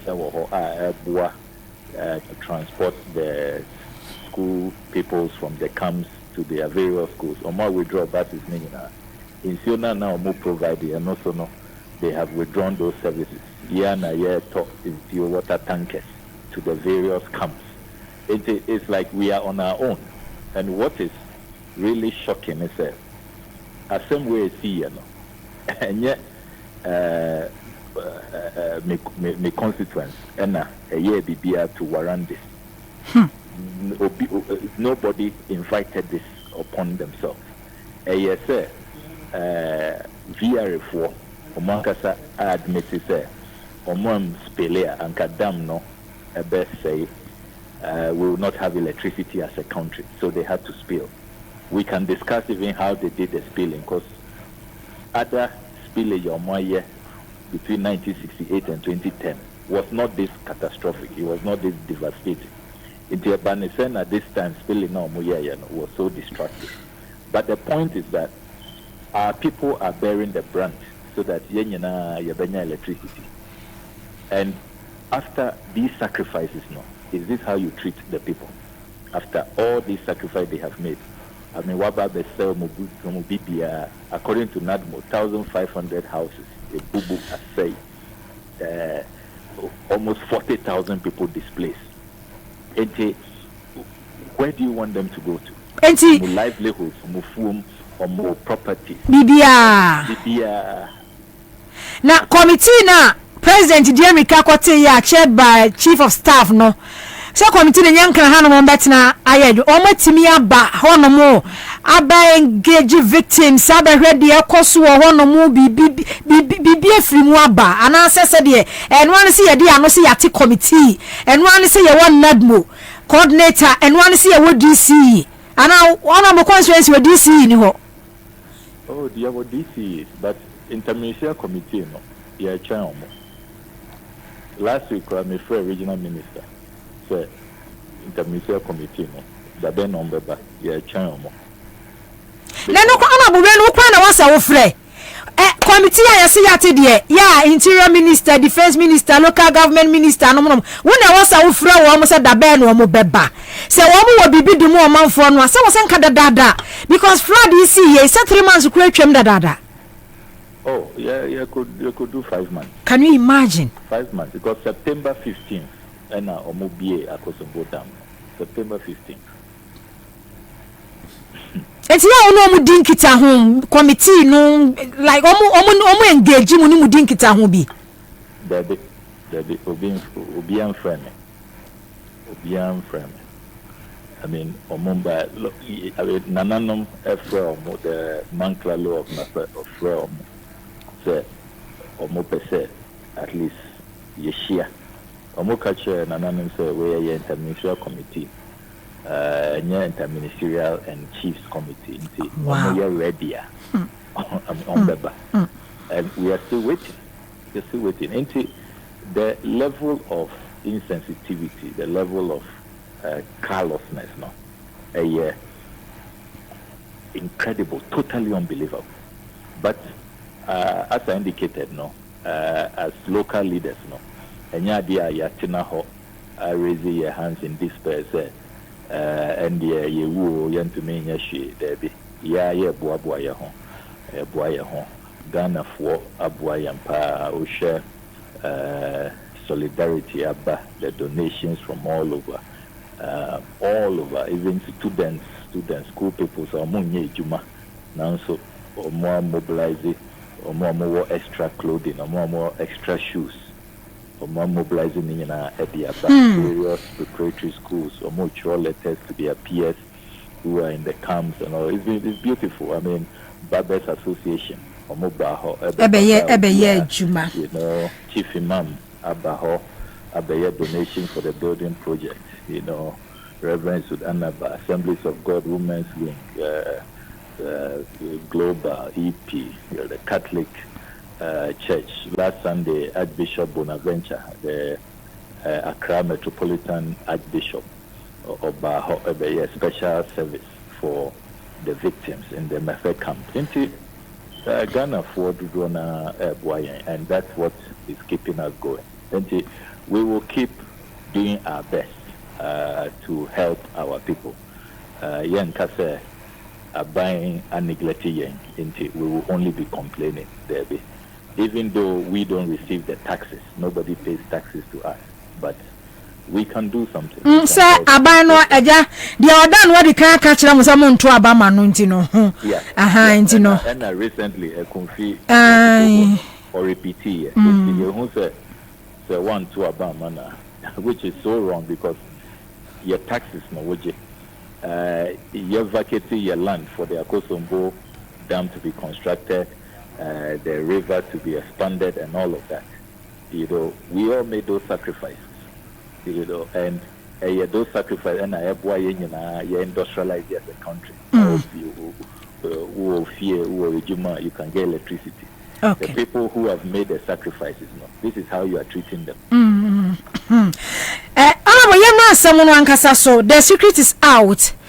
Black Stars AFCON budget, government ni GFA, one more agree, $8.5 million US. Ghana cedis more, 105 million Ghana cedis. We hinta sample fra, what they ababeto edja.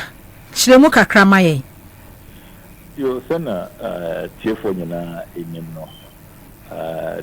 2023 AFCON we are Koso or Cote d'Ivoire budget Ghana government budget about the year to say nuclear code about the year the world's most kept secret for parliament ye bisa sa almost finalize ye omo wejuma omo finalize sa ena parliament ye rise here for the Christmas break. We couldn't get the figures. Almost ready, finalize here. In Sanchez for Abisa sports journalists, I keep reading. Latest response a few days to the tournament, almost say, okay, kwaba, koba, now mama your budget. Very shocking, because budget we know constitutionally a public funds, you must bring it to parliament for approval, and then you go and spend. You don't go and spend and you say later no, and then I'll be disclosing.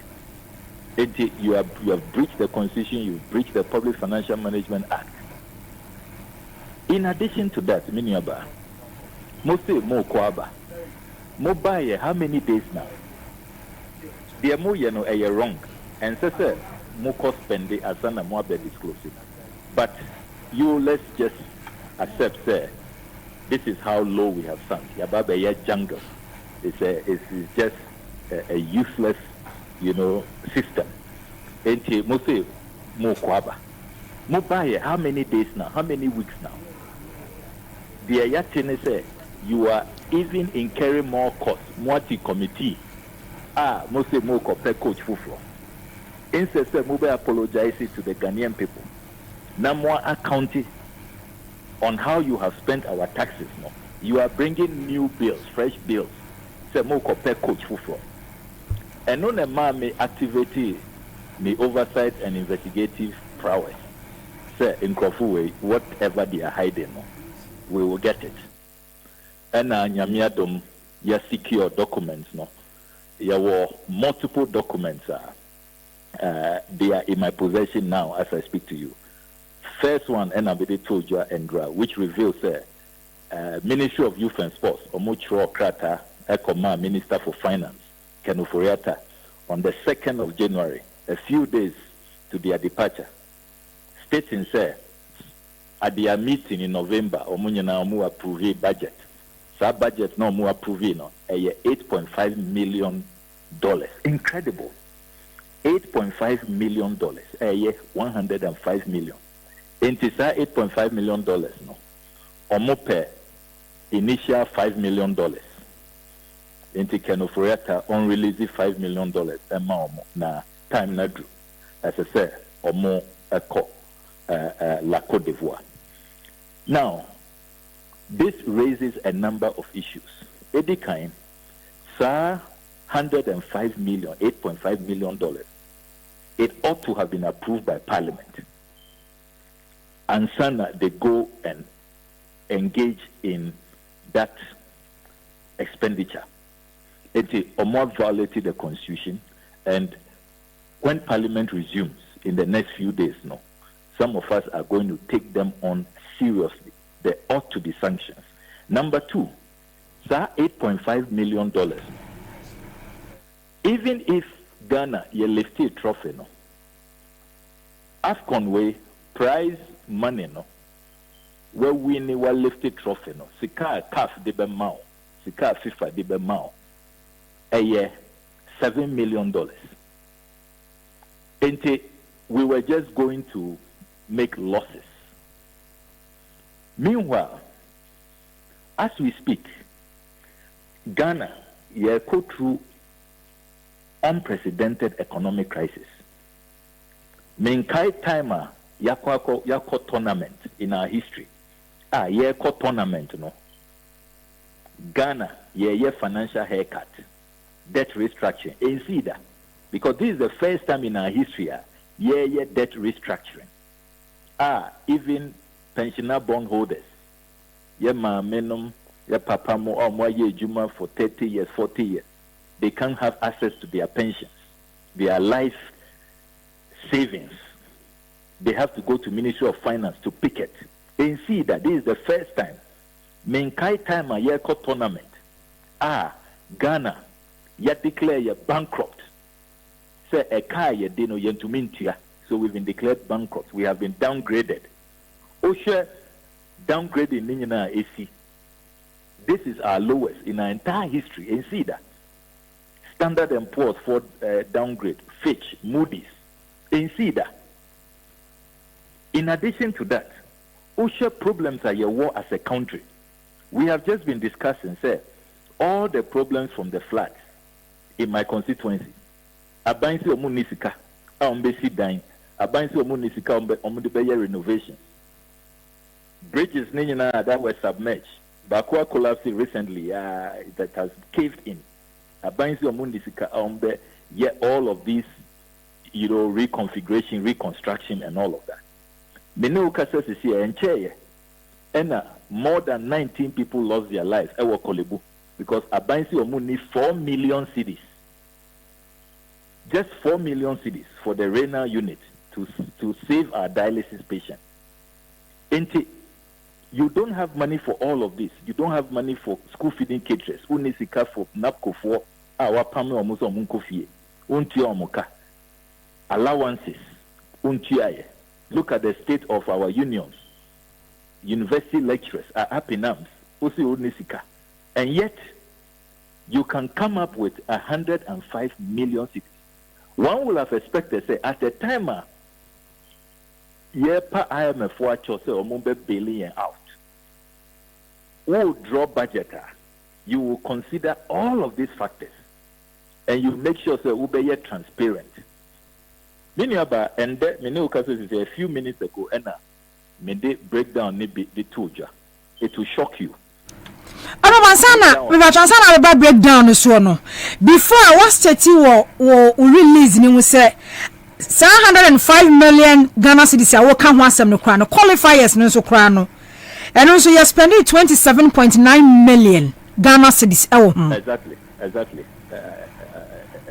Very important. After so almost spending 27.9 million no and almost requested additional 105 million for the AFCON participation. Exactly. Good, sir. What bizarre question? Because some people are lumping the two. Homogen say 27.9 million, no, 105 million, no, and how do I say? And come on, separate. Into 27.9 million, no, qualifiers. Expenditure on the Black Stars are mobile reported to Parliament into which documents or Modiba Parliament December last year, no, a few weeks ago, no, and on their county after they had spent, we criticized them that they have to stop that practice. OSHA page 8 of the committee's report, Youth and Sports Committee, into a separate 27.9 million, a separate. OSHA breakdown now, me told you, for example, Ghana Angola match, no, a cost 7.4 million cedis, just that match. Madagascar match, no, 8.5 million cedis. Into incredible items of expenditure. Almost say funds, airlifting the Black Star supporters, 5.3 million. I know you're separate, 27.9, and you're separate from the $8.5 million, another 105 million cedis. We know a year AFCON tournament, no, just this year. January we are the budget no. Say on which you must say 2023 no ankasa no. GFSK almost spending your Black Stars one and no dan chain. And sana qualifiers 27.9 million number. And sana every question so the 105 million Ghana cedis no so aba. Exactly. Hey, no, when I say I am a free I because I agree with you. And because who compare say a country like Namibia, Omoya dear Chenyeng, was tournament, budget $1.1 million. Zambia, Omoya dear Chenyeng, they did better. Interestingly, Omo your old coach, Pameno Avram Grant. Omo budget $2.1 million. Omo disclose here. Omo they show their people respect. Omo call Omo parliament. Eko siki approval. Onem said Nigeria, who are still in the tournament, doing better than us. Sika Omo buying the ma Omo to go so that Omo say FA4 no they should raise their fund. Are buying top it up. It's a Nigeria government taxes are. Omo taxes that is in this tournament, just $1.3 million. Will you believe that? Share the size of the Nigerian economy. $1.3 million. And Enokrano usher the gratitude. Letter Tinti Omo FA President Troye thanking the president. So Omaya idea they've done well, they've supported them. $1.3 million.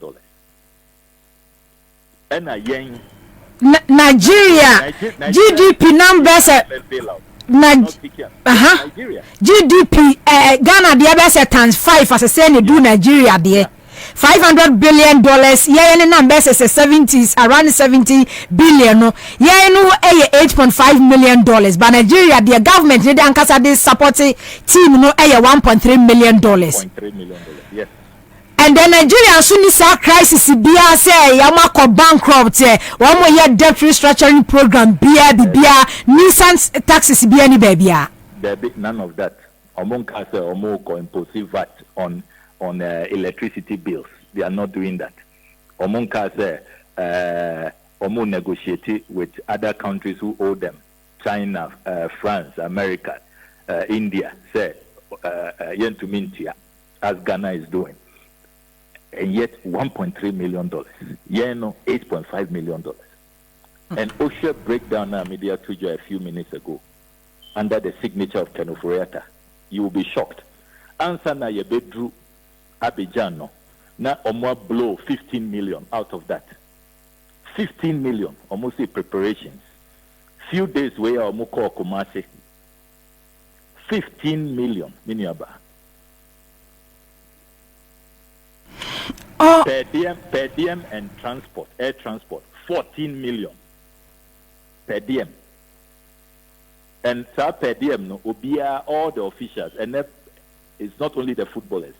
Interior players in Kwano, Mojis, bonuses, no per diem, obia, including the officials. I think, a country that is broke, a president who says media may ban or maybe protected the public purse. Unbelievable. Look, Anka, if we were even in good times, say, one manage economy where yes, things are so good. We don't have an unemployment crisis.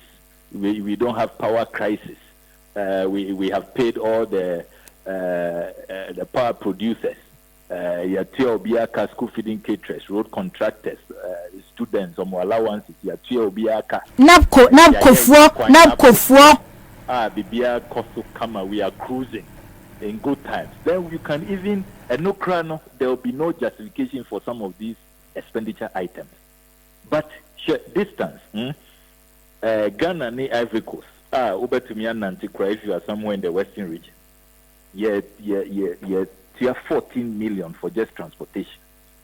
I mean, go and look at the breakdown. You weep for Ghana.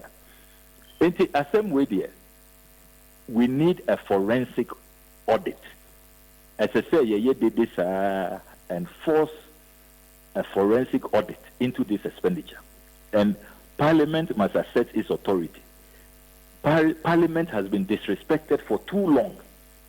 And the time has come for us to assert our oversight mandate, because this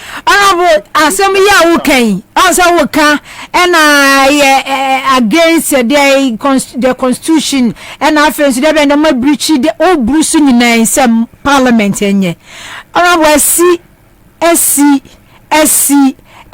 eba the se Kenoforiata ye enkonko siaga. And said ya will Bruce way, yakwa S-Mass aba. You see IMF conditionality, 15% VAT, our electricity so. Yes, sukray. Yes, also the for France ababe piso. Now say the same month, you are approving $8.5 million, 105 million. Ghana cities, Yama Black Stars, one question. Every coaster. That's honorable Ghana. No, I'm saying Yankasa said you pay your one you. As someone ya. Ye bu fuasem entina akwadu sampen pensowe. Oh yeah. And the Medibeka Honey said the leaders have no respect for the people. No respect, because up to now among issue even an apology. They haven't even attempted to even provoke would you be setting up a commission of inquiry? You have independent people, auditors, to come and audit. Now, President, we as some other leader, or be addressing the nation, or be pacho. Now, Wakase, look, immediately, no, heads are rolling. Some ministers should step aside. We are going to probe this budget and the expenditure thereof. And after the commission of inquiry, no, the recommendations, no, we will implement it towards, long-term solutions to really transform Ghana football and take us away from this path of looting and corruption. That is what a leader or respecting the citizens who cares about his legacy will have done. But we know Omunyana pretending Omunti. They will not even apologize to people. No remedial action. Nothing. Ana Ghana for here omo chopper na chopper de say sika wo memu pa say ya na say oxy yen 15% VAT pa on electricity a emu oya na flood de si enkrofo bibia bo wo mo bepem sa amiri abato hu wonsunsanso pa o seriously abato hu wonsunsanso na bo seriously enti say no ababa ye clear Adentina obia bisa budget wo hin o blaster budget wo hin o blaster budget wo hin o mo se de bida o mo release nti it's very clear e chere say the omo yen omo nim say the omo yen enye e ba bonten a they will be embarrassed omo to mean defend omo nim nti se wunima adena wo ye why are you doing it? Because Bible like I said there is nothing that is done in secret that will not come out. You are not proud of the action. You can't release it. You are hiding from journalists. How long will you keep hiding? And you won't be in power forever. Even if you manage to sit on the information, the time will come. You will be kicked out, like what will happen December 7, 2024. And the new government led by His Excellency John Dramani Mahama will look into all these matters. You will have to answer, face the music. Just don't engage in such things. When you're proud of action now, want to mean defendia, want to mean front to a bontia, and don't engage in it. I can't understand it. Arabo, yada say, ejumadin a we yede abo my Ghana. Yada say nyubi. Oh, I'm Ghana. Yeah, mo bosse. I wish I for na bo some okuje to abla kwa MP Northton. Ghana de ye mo bo. Ish. About who was in so pa. About who was in so pa. January, yes. Before 105 million. Yes. Already can spend it 30 million Ghana cedis ko. Yeah. 30 million Ghana cedis ko. And you come on. And 105 million. Now koda na wo sorry anu atwe letter. Akwo modam a no atwe letter de akwa akoma ECG net ko say wo di 15% VAT wo modam a. Say yenu ya wo ku ye ya wo bu ya brese nye wo modam a wo betwe krata wi. Yen ko spending over 100 million e wo every coast ya. Nana hey about to wonsunsanso about to no mo ko to aba ma kufu ado pa de o sanke etwon ba ko ne ya bu wo mo pa wo Ghana ha nana nya bro empire na wasa wo bosse ewrade be ma ni pa adwene mu abie se wo ye communication theory ba ko mo fe no magic bullet theory and you believe say the work on radio so and answer work can go from a man's heart here no obi yes anti sometimes what the radio so na asem no kre na work ya na we expect say your listeners ebe hu say no kre ne wom into betie there were other several theories and also debate and answer challenge this theory meba am sure for Cheska star 413 hash mama ma bibi kakrawati me raho ni so nso raho e fe bi koto malt binum so twa bi anso akotwa bi club nso akotwa club star 413 hash *413#. Now what choose Accra FM. Na yonko. Same trust na ebusa for Daniel Divine Nkrumah, Director of Operation PPP. Omu nyina aka ho binti ne yebri. Divine Nkrumah PPP fo nyina aka ho binti ne ne. Keno Foriaka. Enye PPP fo. Omu nyina aka ho bi. Okay, be last meeting say wan kasa ka wanu asem say even 2016 you campaign for Nana. True or false? Mantuaba manko 2016 kwa mantuaba. Misasa wo tuaba. Mankasa wa ka wanu asem say 2016 wo tuaba Nana, but I've heard you here.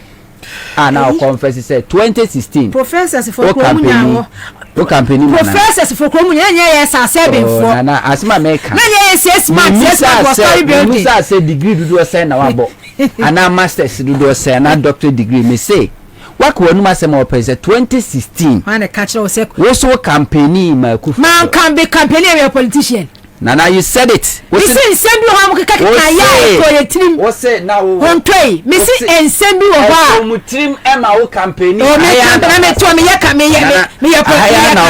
I now cast asem. I now cast asem. Some person me chiro say. The tra radio so I can. Who no kre na o kan. Obi tie chira. Don't expect say we na hu no kre no. I don't know pass a it take you how many years for you to realize that 2016 now you were fooling yourself and I say you were fooled. Now they be having say Jimmy for 2023 and Sana who said 2016 no be Jimmy. And you take another decade. I bet take obisu decade and someone will say yes. Obisu Jimmy. So take me 2018. I cry you were fooled 2016. Untonya na wo catch me say I was fooled. They be am tena say e Jimmy fu a ye di wo machi 2016. Me ka say e Jimmy fu achi. Yeah. To our selves. Entimpa na wo se ebo say rade be manipa hunumu ni ntiase. Say ebra obre ni ntiatie mo aka no kra wo ka no. Nipa na beti wa sese ye no kra na ye mu na apene mom nye se bia wo ne political party nya adwen. Ti na de bia me kasa abato ehu nsunsanso. Nsunsanso e woni say ukọ Ashanti region ne e ka ho asema na ye call. Mahama e-blocks o si and do no Ashanti region. Empuntu juma ho do e kan infrastructure physical e development and as infrastructure Mahama ye no. Do na Ashanti region. Hey yanti say MC yana DC class or commission the toilet there be because enema bi wo ha eye normal say you see toilet say the street light aba eye normal enti wonte say ye say you ti Accra ha inu asore na agu kwan so eye o community road na ya begu so eye normal Accra say community road be no akonsi akogu so asphalt and I say gogu so kota na a politician DC or MC or a minister or president or vice president no abegina say a commission community road say a tubo ama a nkrofo na a whole minister or a vice president or a president no commission boho there be tibonko so na yes ade no enti Mahama ko gina manhia bu akonta 2020 wasinana empuntu juma ya ye ni ebi ne agana bia nka ho o to say bikra say janabia de enka any the assembly adwuma ene o sha se wo bobo adwuma no bobo adwuma ketia retri mampon water we e-blocks edujama o kan nyina edu na nado so no ana abujuma de aye bebre wantimi amobako nemom of parody na soafo a wa appoint omo free Ashanti region e de commencia na na odishiwe mama na adwuma ye na odishiwe mama na adwuma ye Akufo-Addo say otam for omo mpuntu njuma because they voted against MPP 2020 election. Say voting so ne ready pempuntu dia busa won say Auditing Ashanti region mpuntu njuma bia enkoso ho. Tina me ka say na bato hu onsunsanso. Enti na uba won say SNC mpuntu njuma ni honti no. Si ekogu asphalt or ash tower Rollins time. Yakota bebia ekota memeti Ashtown 2007 2008 na wu from so benante free bitimi nante free Ashtown sa kofa alaba eko central market mebra no empabo central market wu from say yes wu from eko fa CPC wu from bebia befa bia ya tale ekota enne kwana kofa ho no porto na se ne obi Philip porto no a that is it mediocrity but the day man ambassa o kan okra nipa no hu say oh no kra na o kan enya ni de tina me catch say ne Ashanti region omo nsuma kunya kese o manhia kunya otekokoso kunya omo nsum biem o omo sum MPP entina 11 haya na metia na meka say sa wuntumi asem we me nse makrabo ho because enkonkosi aga so far as said the name MPP involved na wuntumi ye MPP na asem no fa manhia ho na wa Ashanti region no enkonkosi aga meka na 11th eno ade na si ye wuntumi has been set free afewie na ahemfo no omotime eye Kumasi traditional council no omu tunufo say ya okasa no okasa ni bo ya na no dey na bla bla bla wona betu politician fo say wuntumi as a regional chairman onim kasa manhia ene betunufo edie na odikeye ya ye kokom say no office edie na kojo bonsu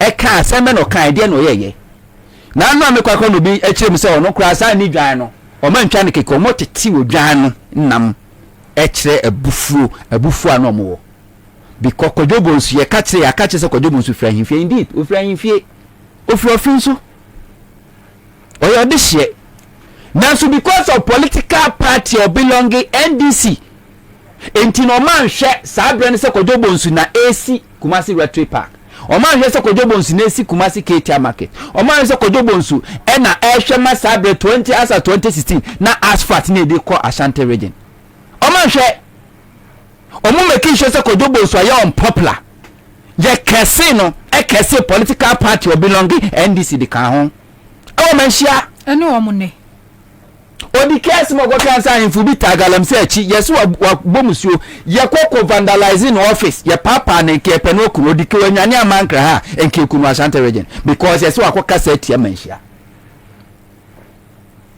nipa no no ko echi eye wuntumi de dio ko reporting no e ohine o a ono so som Asante akunya otumfo ahemfo nketwa nbi wonu na ti wona sumiti ne because of MPP ntino manhia on believe ohine a otumfo na nkasa blessing no ne nsa ato no so ahwan no a wo som no wo ka asem aye nyinni na mu meje wuntumi di eni to wuntumi ko gina wase do mka nkra nya no kre eno ano no ye wiase wuntumi fa ho kokodi.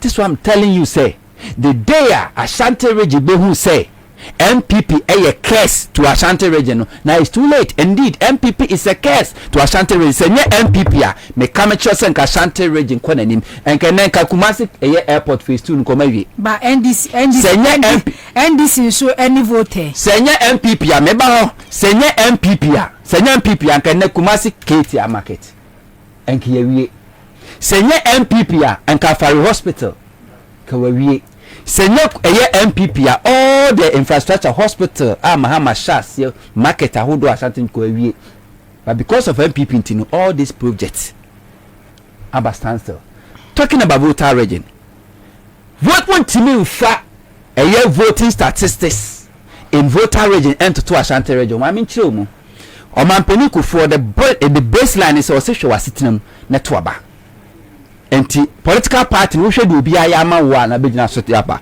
Let's go to voter region. When they see university with voter region NDC Professor Mills, when they see airport to voter region NDC Mahama, when they see whole central market NDC Mahama, Avery a rice project when they call her NDC a farm place in those country and Kwekwa na war no more eastern region no munya electricity when I did electricity call her whole polytechnics when you see here all this infrastructure chairman one massive infrastructure MPP don't have even single secondary school in voter region to their credit but go to central voter region MPP don't have single secondary school to their credit but we call voter region we secondary school because be on that there be a Kwame Nkrumah person the rest were built by NDC. Water provision all of them were provided by NDC. And the same point to Juma Sonia when they to about making my catcher senka voter region are the wisest voters because omo 2016 the entire omo ya dey omo ya omo so en puntu Juma ya hwehwe ne nya na de mai entia de yan koto abani mo obi o ba yan to voter party. So they didn't vote against NDC, but what they did was that they did not even vote because Omuri said they were cheated Meanwhile, who confirm all these political parties, they will be film. Yenfa MPP ni NDC. Yenfa ko voter ready. Next time, why I was a votarian to Obama MPP. When you all these deficits, infrastructure deficit, MPP for Enyanwa, they have no respect for the good people of voter region. MPP tradition, a fair votarian, some here inward-looking people.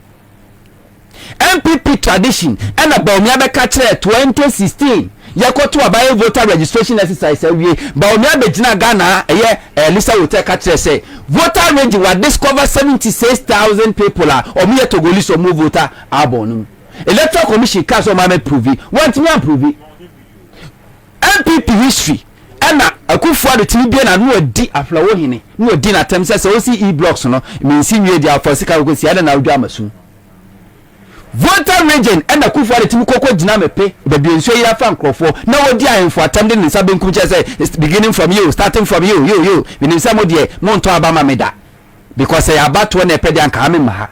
You have no respect for votarians. And so you puntujuma MPP or akoka MPP beka che so mo nam ye aplawo kwan na voter region is woni aplawo is woni aplawo Yanko MPP's backyard is Ashanti region. Neka say me say Kofo ba obaye adwuma che Rollins. Mampo akwani enso no nkro no ba NDC. Asta oyeka wasem Kofo makom ye nyina ye Rollins. Until MPP backyard ye Ashanti region kwana, they cannot compare their infrastructure or development project to NDC. They can never. NDC is superior or Ashanti region, and it cuts across all the regions. And it's a votarians cast on one to Abama NDC. It's not because say NDC don't have superior record in voter region, but they feel say vote from the call, you know, and yet a sumpu to Juan Munya and so the Omukra can that happen in the Ashanti region? Mahama put to Juma Hodo year in 2016 in the Ashanti region, Emma Mahama less than 500,000 votes. They gave Akufo-Addo 1.7 million votes in Ashanti region 2016. What they have say curiosity and the Ekuma Abuakra or Peribiahu and it's the Ama Akufo-Addo or Yakani and to be develop Ashanti region. Mahama no see hospitals, Mahama no see market, Mahama no building rules, Mahama no electric park, Mahama no mensu. Omoto abetia Mahama Akufo-Addo buy no. 8 years in the way. Nana Chami 1 secondary school MPPS was Ashanti region. Mahama built 14 e-blocks in Ashanti region alone. Chami 1 secondary school MPP and Akufo-Addo SC was Ashanti region. Chami 1 secondary school MPP and Akufo was Ashanti region. Educhuma si one constituency. Educhuma si one only the personal money akwa kusini sukua. No manager a government asset. A bind. Any private school. Na dey. Educhum senior high school. I know the need atoso, you see. I know the need atoso. Tell me one. Tell me how many district hospital or clinic or polytechnics are polyclinics are MPP and Akufo si Ashanti region. Ghana Hayeti, we major regional hospitals to be almost seen that most of the regional hospitals were built by NDC. Rollins, I can't say Central Region, Sunyani Hospital, Musiye, Uko Ho Hospital. Most of them were built by NDC. Okay. Enti me no. Then a person will tell us and say, Sempuntu Juma, and will be at us and say, Sempuntu Juma, and the rest of the Tuaba. And ka MPP, they don't deserve one vote in voter region. Sempuntu Juma and the rest to a bar and MPP can never win election in Ashanti region. But in this case, Omomu Sempuntu Juma. Until I'm sure said the Mahama year in 2016, no, ye man less than 500,000 votes. No Akufo-Addo nyashi. Ye the a banner my Akufo-Addo betray 4 years. Ye ko 2020 election. Yet Akufo-Addo ko jina mention when tina pinpointed one infrastructure. Some Messi school way, Messi hospital way, and I say Messi market way. No, 2020 election, they gave Akufo-Addo almost 2 million votes in Ashanti region. Mahama vote appreciative for just 400,000 to later about 600,000. To vote almost at the increase here, Akufo-Addo vote on your it's even more than the demand a Mahama.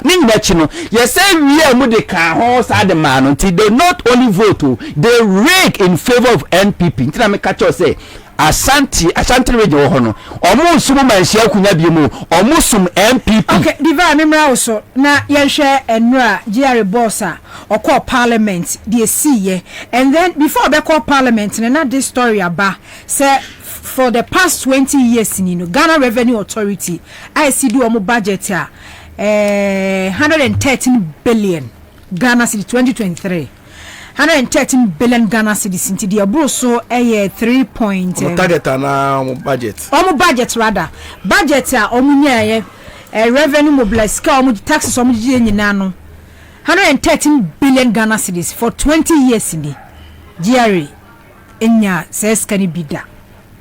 And then tina ye hwe aba so say GRA timi enya says carry last year adenti ye koba e the VAT esa beto electricity so, and then we call parliament is 2 years in oni oni ayi contract bia oni aban ni so hwe we follow man no we Reverend Amishadai nti yento aso mfi 2 years ni oni contract oni state in government the contract bia but oye Jerry boss yo medase na maminchi a watiefo ne ahwefo so a mo hwe o internet ne so Facebook senya hon kwa ebi mu YouTube ni de keka ho ntino mframam na asa na me ko Reverend Amishada esem ne so no jare boss osem no me pese me metiefo so atensem ba komenu bi so ai trendy e Ghana asei. Okay. I bia money apaso kakra. Okay.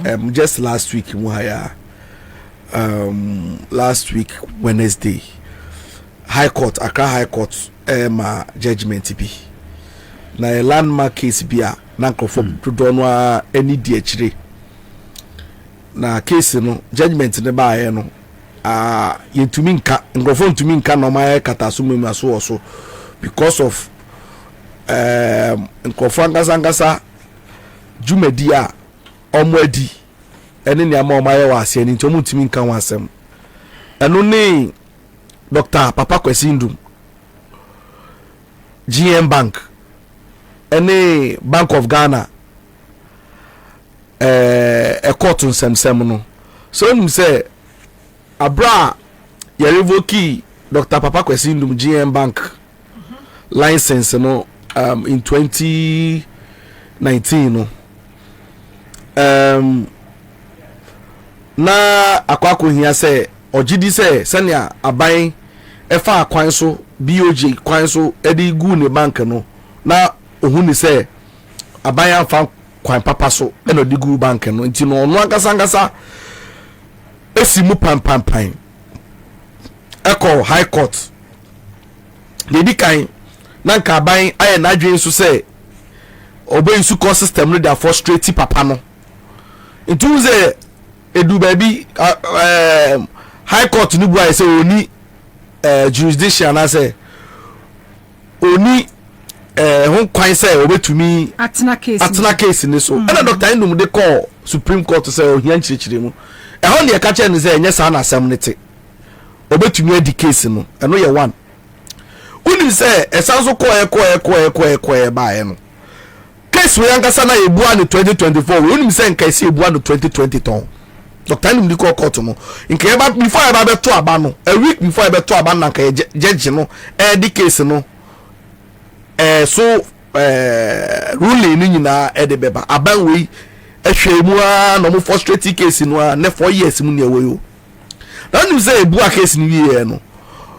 asemu a judge ni be kan say BOG enya funso bia say we revoke Dr. Papa Kwesindum license eho ana otumu sa banwe ankasa no che say wa bona kuma mu po trimu po say obedi boni asanso ayisu judiciary na ankasa so asanso hanamanfo na president na almost settle ho no obadwin say ko nimo anase ko mensa na wa ha no ba wo ya ade e discouraging crowd from investing in the nation say ko for dem sika e be show memu ha say omu e biebie nyuma hwe maminka sam chiro court case ne baaye no Dr. Indum de call court no BOG ejina clause bi so say bank no aye insolvent na kyerɛ sɛ ɔmo ni sika ɔmo de bɔ ɔmo ho bɛ na ne nyinaa no sika no akɔ fam nti no bɛhia sɛ ɛsɛ sɛ ekuro so no sɛnɛ abɛɛ customers foɔ nti nim ɔmo sɛ ɔmo kyɛki nkrataa ne nyinaa si yɛ no ndum bank ne sika aka nyinaa na yɛ 30 million which was way below the threshold no the capitalization okay requirement no nti ɔmo se ɔmo ntumi na doctor ndum sɛ dabi ɛnte saa na mo de meka more than 3 billion Ghana cedis aban ɛna BOG nso na hyɛ aban ase enti sɛ aban de meka wo BOG no kɔ aban hɔ na ko bisa no sɛ sɛ ɔde meka because me sika wɔ aban hɔ through contracts any contractors when you mo yɛ no wo tia sɛ sika no bank no wɔ sika bebree wonim sɛ Bank of Ghana sɛ ɔno deɛ ɔhwɛ baabiaa ɔnte obiaa case 30 million no ɔnkɔbi sɛ obiaa wonim sɛ ɔmo commission independent auditor na papa wei Charles Adubu ahen Minister of Finance Deputy Minister of Finance former wonim sɛ commission na ɔka ho a ɔmo yɛ aware akɔfa independent auditor sɛ ɔmo hwehwɛ Dr. Ndum ɛne ne bank no books mu ahwehwɛ mu hu sɛ sika na fa baabi ana sɛ sika no wɔ wonim sɛ ɔmo admiti ampa sɛ tio Dr. Ndum claims na ɔyɛ sɛ aban de ne ka more than 3 billion no ɔmo ankasa independent no now they can confirm say so far no ɔmo ayɛ du baabi aban Ghana aban o ɛde bank ne ka 2 billion Ghana cedis sɛ sika no wɔ hɔ up to now ɔmo ntuaeɛ na ɛba ne sɛ na wodi nipa no ka na wasa so kyinkyim na fa akyire akɔkɔka kyɛ ne sɛ ɔno no meeting ne statutory obligations nti no wo close the bank ɛno na yɛba bɛdu ɔno mo nti just this simple clause no nti ka judge ɛne prosecutor ne ɔmo defend BOG no nyinaa no eka Dr. Ndum ɛka sɛ finance ministry de ne ka aban de ne ka sɛ no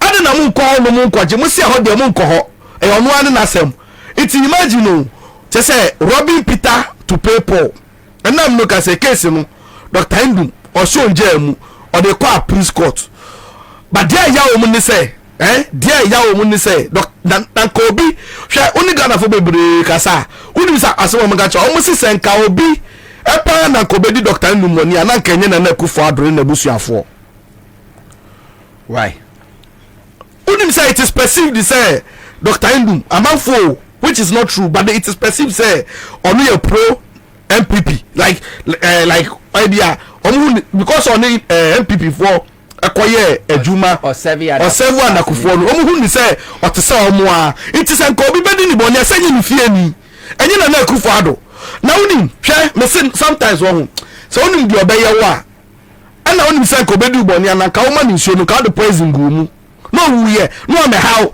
akɔkɔre te sɛ wankasa ɔba akɔfa yɛfunu na wɔfa yɛfunu awie na ɔdwe ho sɛ akɔla yi ɔyi ne ntontwene anaa ɔabɔte anaasɛ ɔwo na wahwɛ nyame anim sɛ nyame nipa na mɛwo na wawo akɔla na awie na akɔla no bɛnyi paa bɛtete no a na aka 1985 na aka 1960 sɛ ye sɛ kamenim paa sɛ na wɔbɛyɛ a nka 2016 na kamenom very say kami tunyi se nungu mi aboti anja se mu ni mu pa se pa eka 2016 pa se kami ni se na na ku ado aban wei obedi boni on hwe ni fa hwe benkum be week di say ya I'm telling you say na na ku fado woni mi say time ma Charlotte say kami ba Charlotte say so me ba time ma Charlotte say em decline results here no wouldn't the first person I issue statement I did give you credence to the fact to say Nana Kufuado Ewini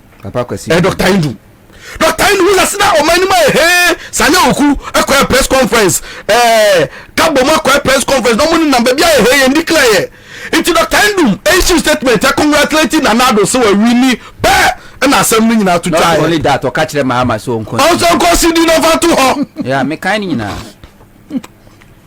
maybe so say ka Dr. Ndum pa nim say obeka che na hama say step down na concede na Nanado Ewini na Nanado abegu ni nyuma di ni boni say ya na nka na Akufo-Addo na ka yemfa amosia engu ni gari mu ama money with someone is into. Yeah, many because me carry Charlotte Osekwa people before paya mo Charlotte Osekwa faso. Justice Crab say commissioner.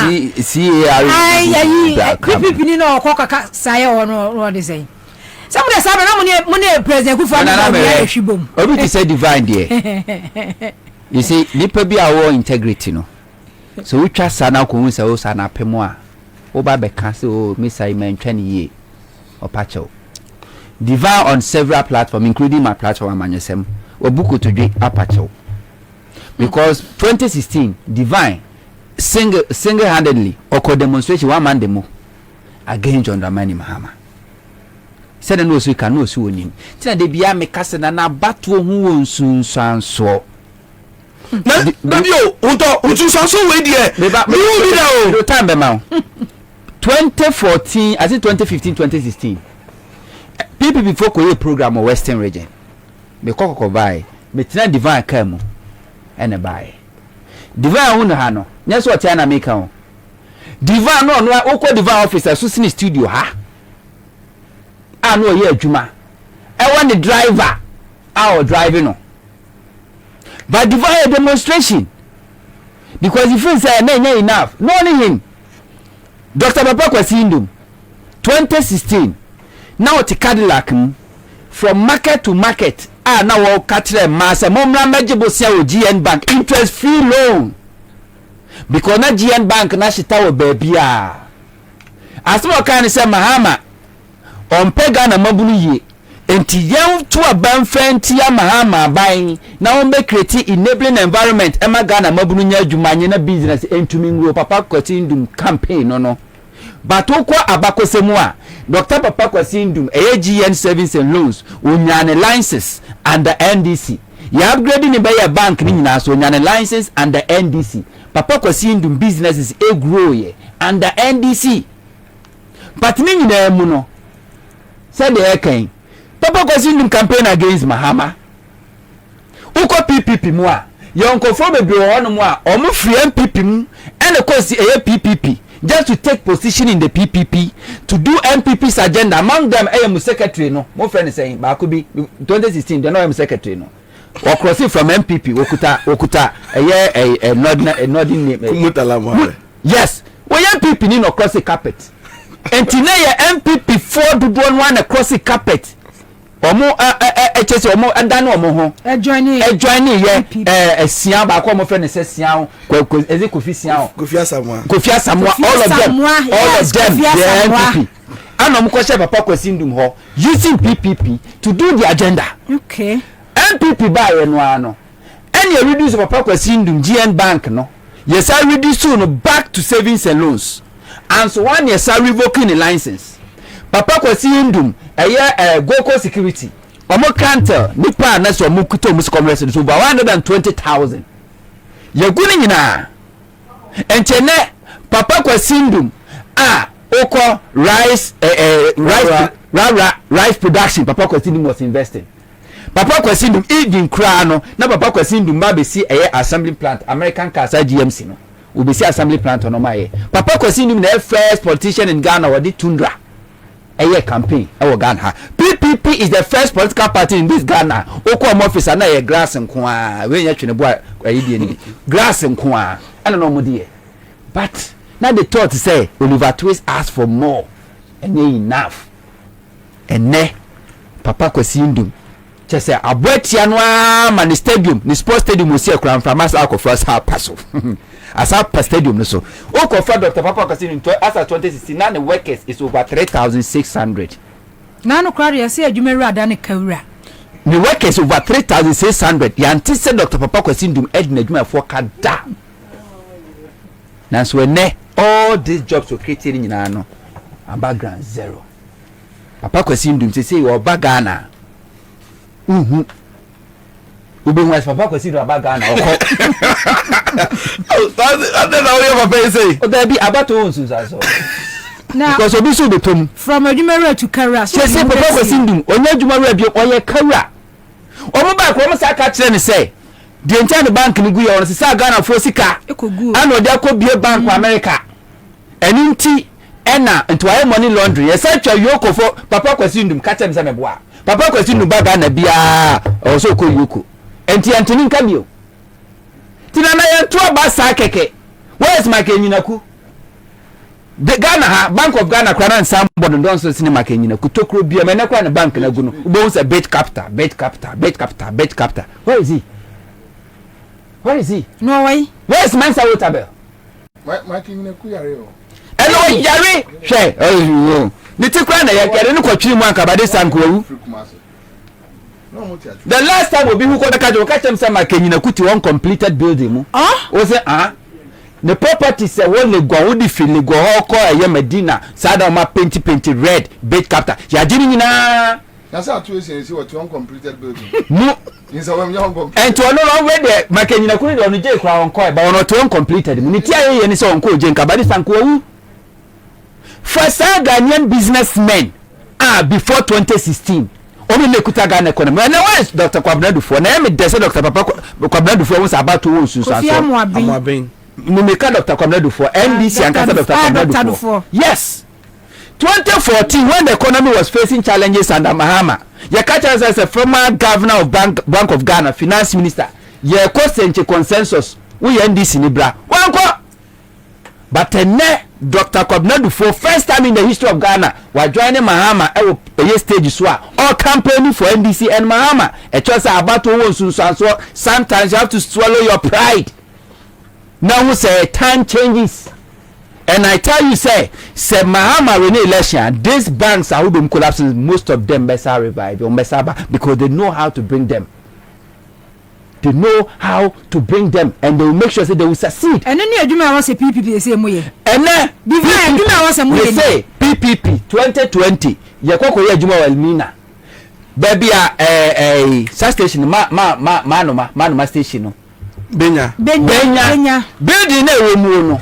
One man na PPP. And so office wo. PPP omumo to say awake. Nancy acquire PPP was asleep. Yatum Enyajuma and the PPP national headquarters was salam down. Yasisa, they say the air TV station and it is a office in one. Yo. And it's a TV station in there. Kawasem. Nana, about those down there will say somebody like Papa Kwesindum. Bibi Ananchen. Sometimes I know a mobile. Minimum on the common in the radio, but name a mobile. She baby papa will raise in the business empire kukudruye. Auto radio station will UK. Station auto radio focus auto no. One fabro ni adwumani Ghana phone kwa no form. I want some for Wabrichru or she that's a sound UK and work permit here adwuma dem am. Someone didn't say good no. And you say some like can you some baba. Say adwuma mo here. Na me kan ti about won Susan so. Papa Kwesindum ni business empire of finding na no kwa ne banks a young get say the government na manage GN banks o Ghana phone kwa South African print ya share back where Friday no Papa Kwesindum GN bank workers or share African prints every day oko any day we say bend break just say o make sure say it looky like local said the okwa sa pepe na papa ye but dear papa de wu akufu adumu a enintia Dr. Papa Kwesindum campaigning against NDC in 2016. It's only God knows. Nyagopon kwa ne betumi akire. But you see, I think Pacho you should divan and okay, Aba. The issue no enye abadom hu akufu adumo. The issue was about age mates, classmates, elites. Chronics. You don't belong to this class. You don't belong. So Mahama, they saw Mahama as coming from somewhere boloni eya oyakwala no kra no omobra no enka so they were looking at Spiogabra so ahoya na Spiogabra na bianka eya omu pie so they were looking some Rollins enya the same issue that Rollins akwala no abehwira try e ko ho so they were not looking whether Rollins can do it or not. In the Rollins Emma rural electrification, no, still no more a diatem. Na kwa kuba akono mo kasa. Tama Rollins eya acquiring Kranza Ewremu Techiman eye ye Rose Asante Mampon edwa abuomu ekonumu e create a yes calf no yan. They were still insulting, but then you ask yourself, say omo mo anyinyini no, are they able to do same? So the issue has nothing to do with say bia omota NDC. No. Everything was like yena edru yeso yena kwa achimota. Oh na say wo akufado etu Benz e wo Lagos no na me papa kwesi da amara so na amara so mo mete die no yes ya no kwasi akeka sa. They realize that a group of people be and omumre. You don't belong to this class. You don't belong to. You don't deserve it. Ebina side group ni bi na champion mountain no kwa fu say kwa ni NDC MPP so di president ebina mountain no. Ebina omo. So on time any ahoya say Jomama free here. Look, say if you want to confirm what I'm saying, Ananama, I don't know whether you get this picture. Jomama ebedi president no oni akufado na ye kosia wa sorry them. Na kufadu ye na nibi mekai what you say na ni twa ya opportunity na ni say share no so about for pictures no na ma ja ko betim dia send no and who picture no a obi nkan kire wo ade a next time ho ahon ya o ma egu banks nya nipa ba ko pe ho ya no ne de me ya pa Kofi Amoaben.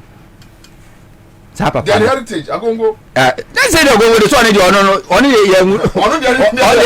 the first two. Yeah, only two. So you don't belong to this class. No. You don't belong to this class. Addison statement no. A young command woman with them. And one thing I was a Ghanaian businessman ehuni say, penisi aboabo ne ba yenyen no.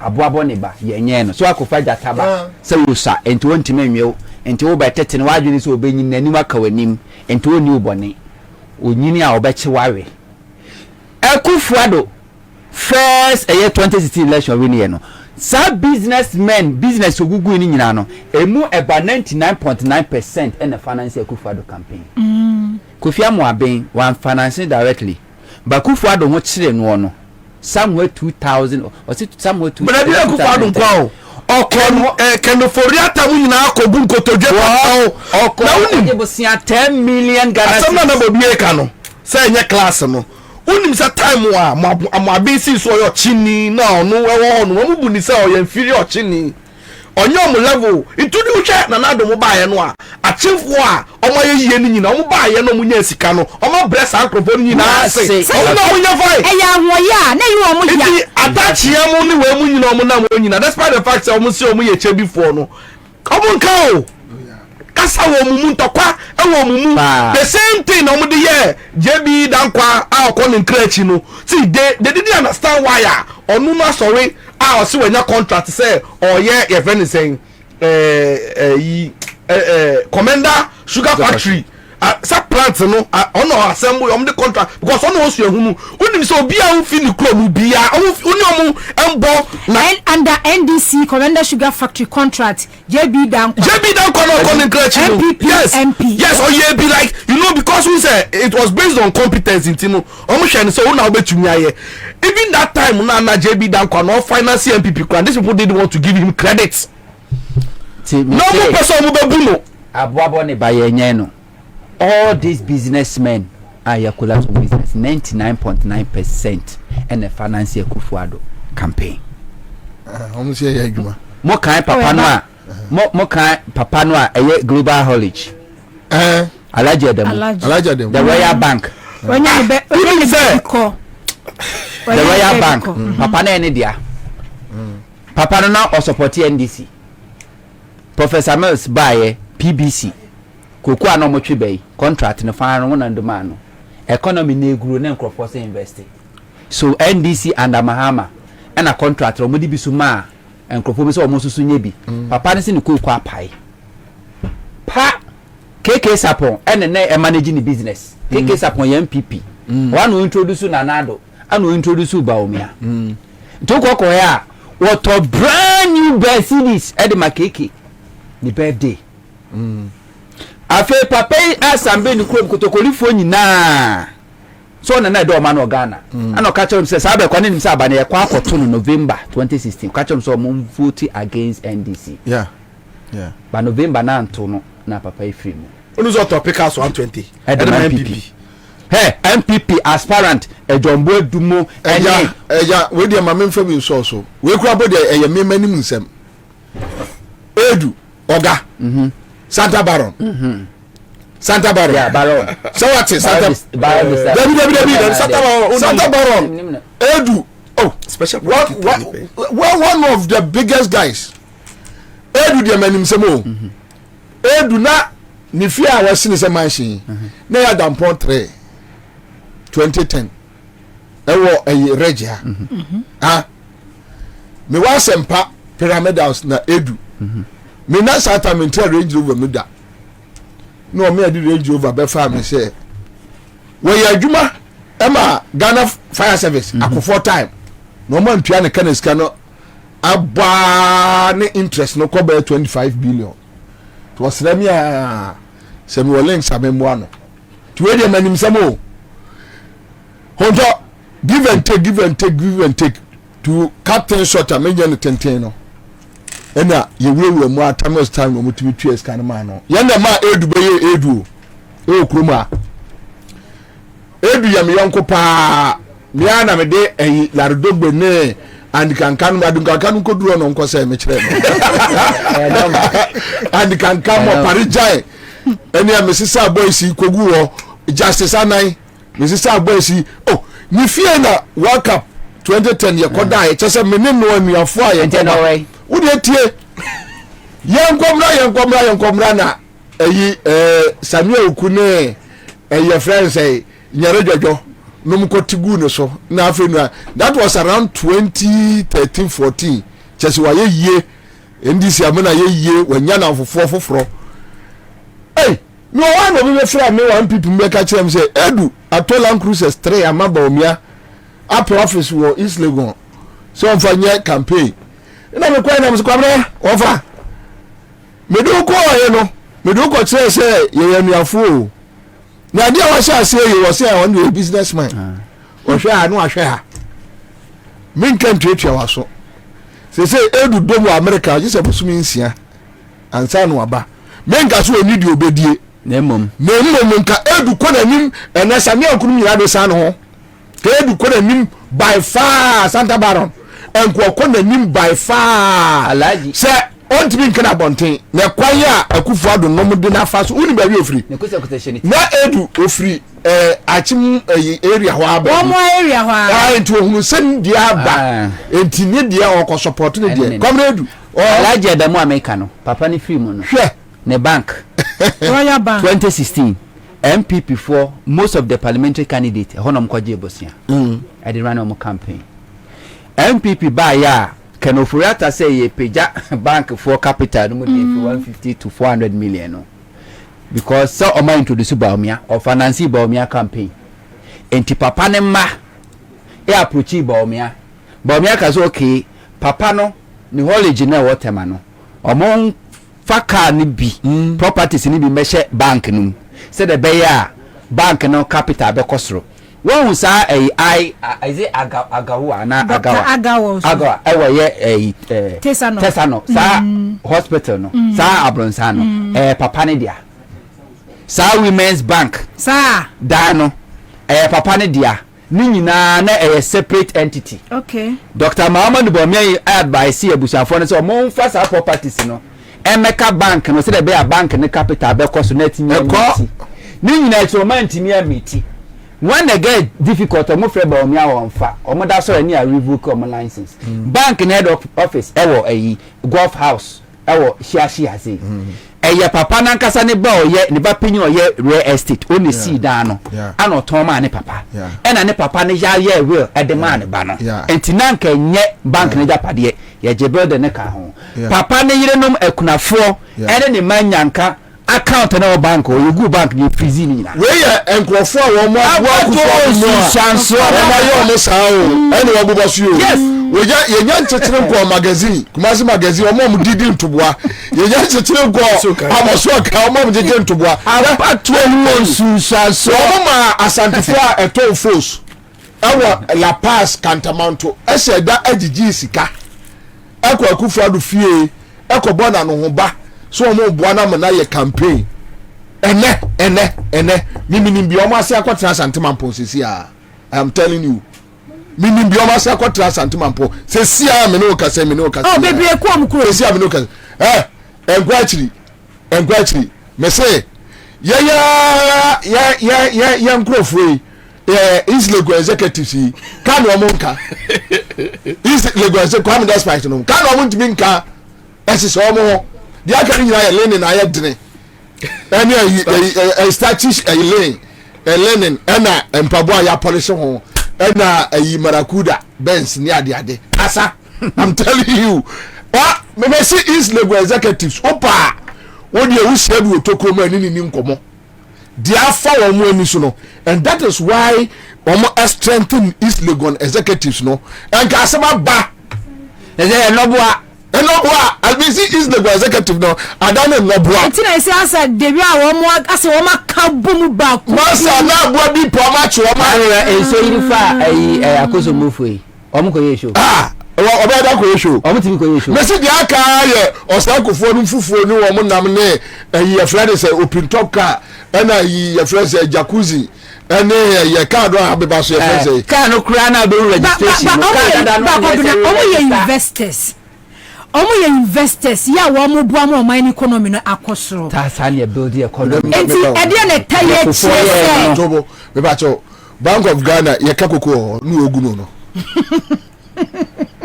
enye investment hub any Bank of Ghana na investment hub no a oguno na wuni pa no a wo individual no wonu na investment hub no ankasa no oguno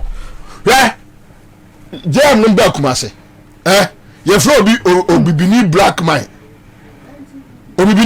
yeah Kumasi for yeah what about program na se mo na me wo ho say Kumasi for business na ye kwam despite ni kwa yeah obibini black yeah all the ka twa sase water e Ghana ha wo say jomama sika me ni kwa bo akufu adu dia ma anya de adam ni mzo me yasa table ku say laisa wo sika me ni kwa bo akufu dia ma anya de na so be ka no kure ha besi papa no bona ni say nu osu obona ni say obona ni even among omo no oso omo ye individuals in film omo tibi boabo $5 million ano de koboa campaign omo apart from individuals omo ko lobby nana eni agi $500,000 here na ya na waso yemu oni papa kwasi nu na musio baako ya ba yegu papa kwasi ndu madwuma no won so say ade de eyabusua alo sa ko fa gabi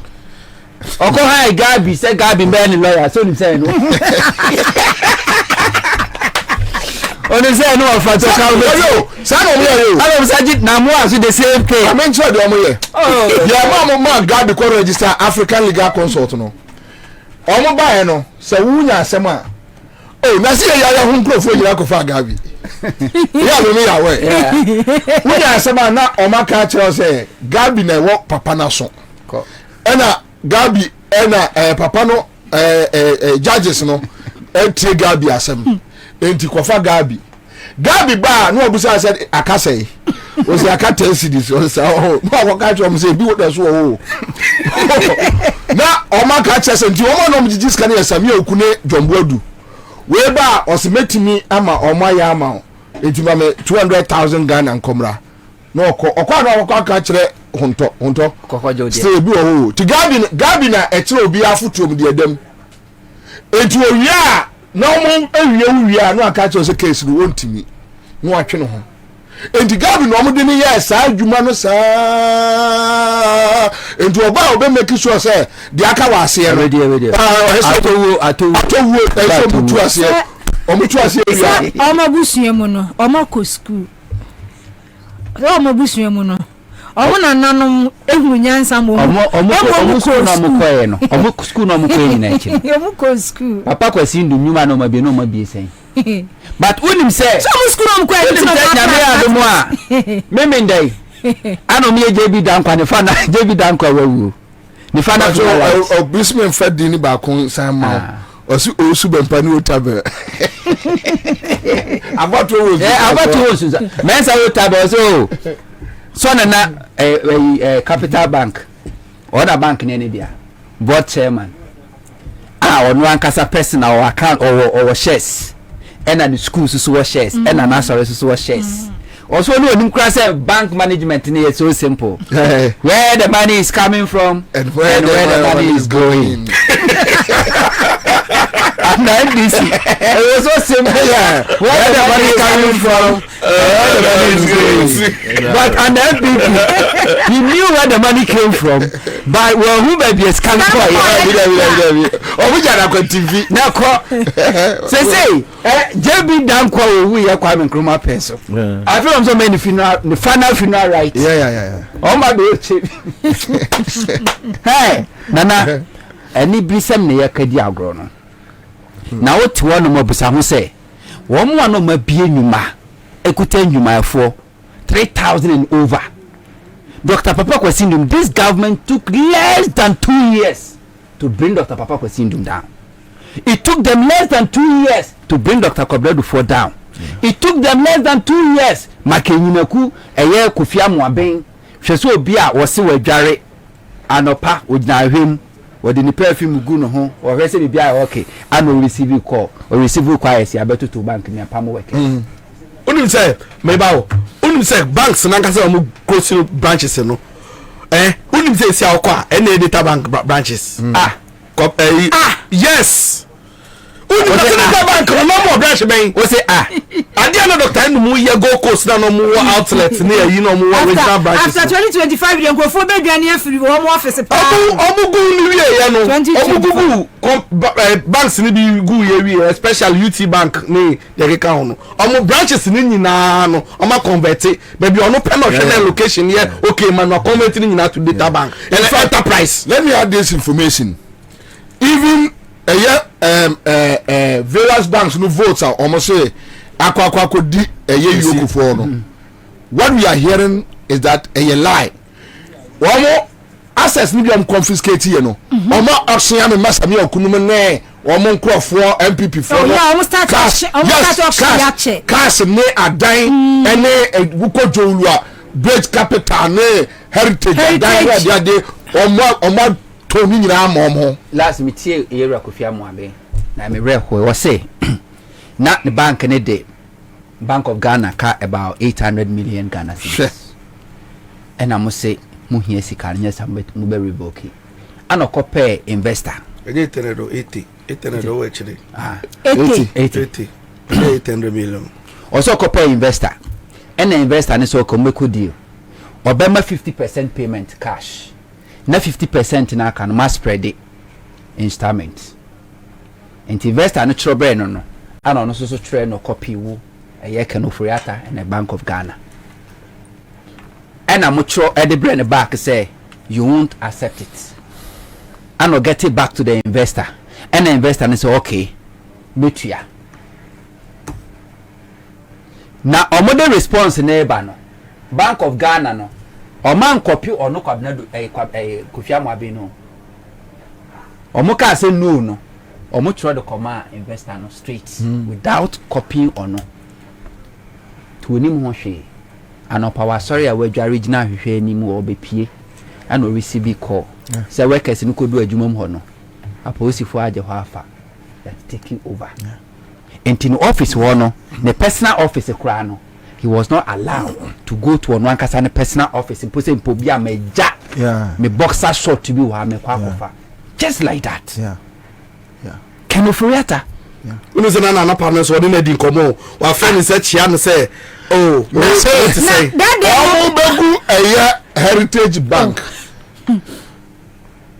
na me boss e wa ha na you rich me ba ha meeting be around 9 mene Mr. Esel 9:30 me call back to Reg ena me boss I frame say me inside mra me buy na your meeting ewo na ya Christmas be new meeting wo China embassy in China embassy in staff meeting staff deba na poku ewo ho yes enti me say ba na ho no na kenoforata afre alaja gongo ni na di nkomo bisa se ne ho te sei ne ma ho te sei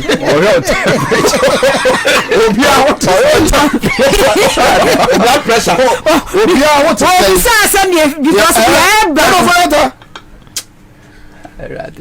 Unim alaji gongo the way you workaholic this man can work into one day na juma no guso meeting no ni ase meeting na say na chance one can for that kasa you need 2 hours meeting na say you ma 12 news me no to say was go ye tie joy news one this news one na dem yet meeting na say meeting na say staff there ba that day we are 12 no ne anya so ni kan asem bia o friend busa say no what say keke say okura thermometer thermometer say say go to or they told us o say o ja say o be kama ma wa say that is boni omodi ya me ni asamonka I am telling you me kwa Asante region dara meja ko boni akufo ado ne namfofo anye na busua din krofo okrowe mu no ada e bebo aba ya se akufuado MPP aluzu ewrade na oman krofo akoma ewrade empire ni yesra ewrade yesra no se ono de bibia anya ne ye na amafo nya botrema system no anteki wo mu true na se krofo kase ombe retaliate a ebe time obiant me nyina even in the military even in the Ghana police service today Agboso catch him say Agboso be sia kufu adubusu ni that be you be jano no you want to tell me that do you think Agboso and as Agboso who ni pebi you see Akufo-Addo a creative problem amane ma any 10th generation what creative problem ama that be not creative problem ama ho because say your baba oh oma hunu say dem betimi ne Ghana for trase ye abusua no enya aban no see change na eba na emba mama mama that is what Ghana for na to change ni ba you change papa kwasindu no operate ambulance ezira mesrewo make say akuma because change ni nya jo mama change we nya akuma bia o sana sabio panidia sa no make sa on say sansu no be panidia na which way want to be honest and found kasa woka honto nya nipa oye gaja say bibini ana obeboni trimu pose medi ubone won't you are not like that ebia atwas ye abufuo no ya me kwa honto me I know you ebia atwas ye na abufuo ni niam bi enti na make say we can only pray to God say might be from me free Germany I don't know the person or the private line a frame or catch them say what be free Ghana ha and Akufo-Addo ko do Germany wono yese de fie kom de no okoye adwuma to pistol keke na otrasia mada ye bebubo aba say Akufo-Addo no ni na busuafo ni namfofo luzu power no oba Ghana straight no ni baabi oko unim ni investment $5 million omu chinchim ni nsa giye ewo port $5 million papa kwasindu no operate ambulance services wa import ambulance bebre America for the KCA ebedu port anom confiscate here so ontimi ntua duty ano se monfa nkoka national ambulance na egu ho no so ho na nya adwuma wo de cars nya me dia yesi da bi egu ho airpro How can you talk about Sakeke? But seriously, Kabna. No more practice as a mini. Nanama. My main castle will intro.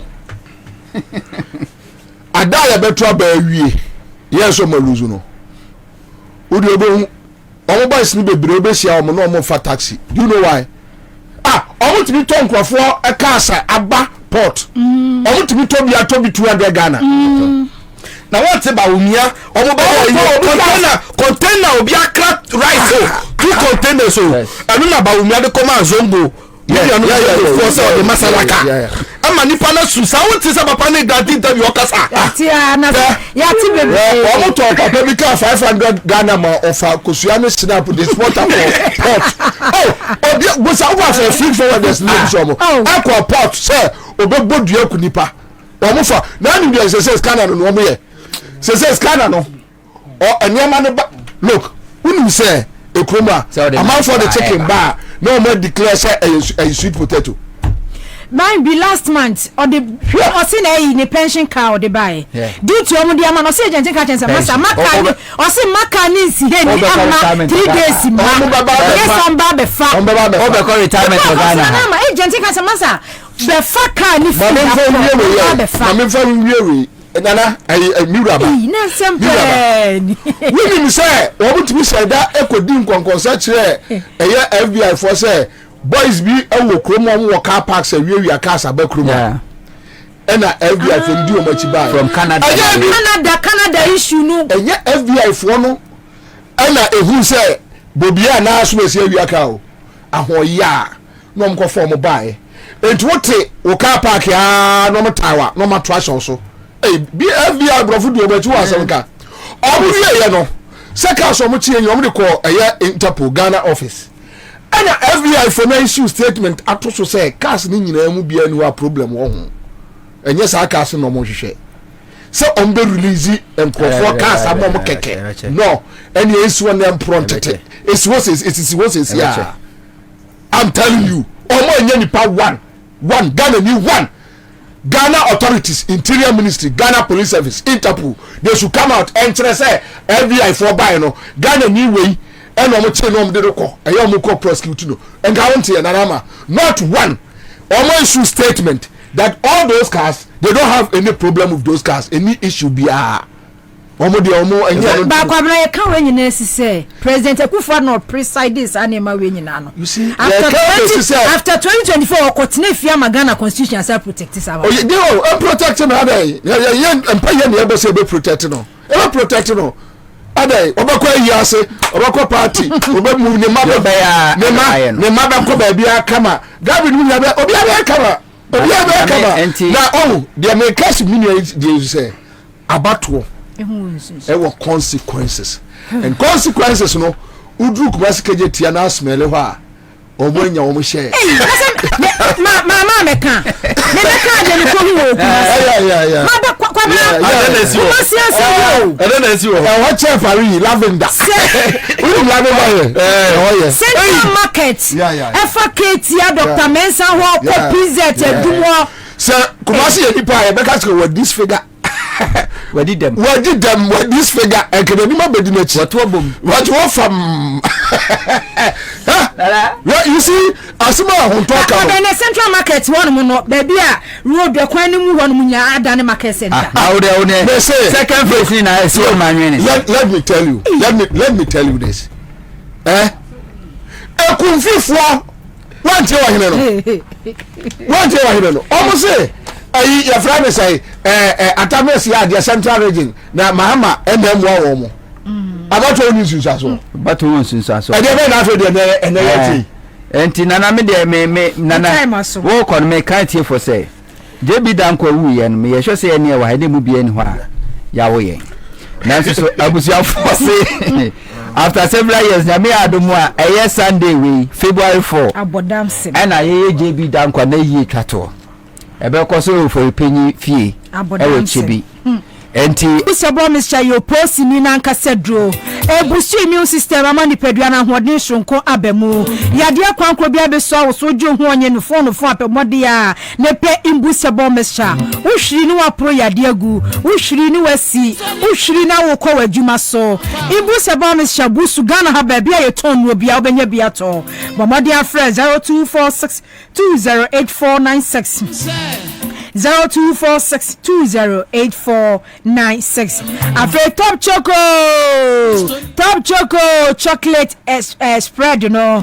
Top Choco chocolate spread. Yeah, the fat bread in your chocolate. Ultimate tidisa. When you are there, tidisa. A cocoa, pure cocoa. And I dear. After Top Choco 3-1 chocolate drink in so busu just so cocoa, milk, sugar, do here and so she. 241 fresh 0243 033 033 Greenfield Scientific About Clinic on Guadagon Last Stop Estate Junction. Greenfield Salmon Cancho Sawa Yari Safi and Ho. Bright Soja Capsules Obani Bemanomwa. Wakasa who say we sip in Wasita. Bright Garlic Plus Capsules. So garlic yet no one pediuma or dem qua. Your ambulance at this moment for all your bet you 500 Ghana cedis pet. Ebe sure wo Greenfield Scientific About Clinic. You on Guadagon Last Stop Estate Junction. Fresh 0243983906. Aveya fasida enkoma Aya Herbal Industries. Aya Herbal Industries. Edu papenie. Aya mango. Enya bema wo kwa ni ko. I just say Aya mango no.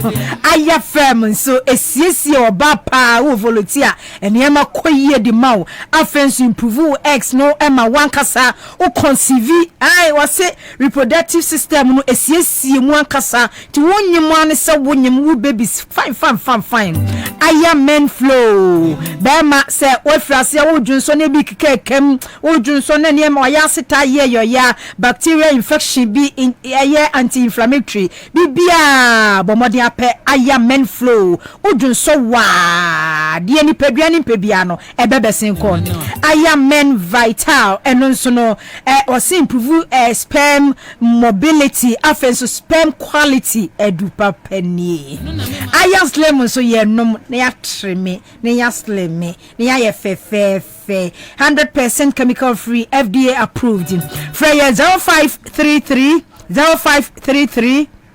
836195 0533 836195 and that says 0508 758701 0508 758701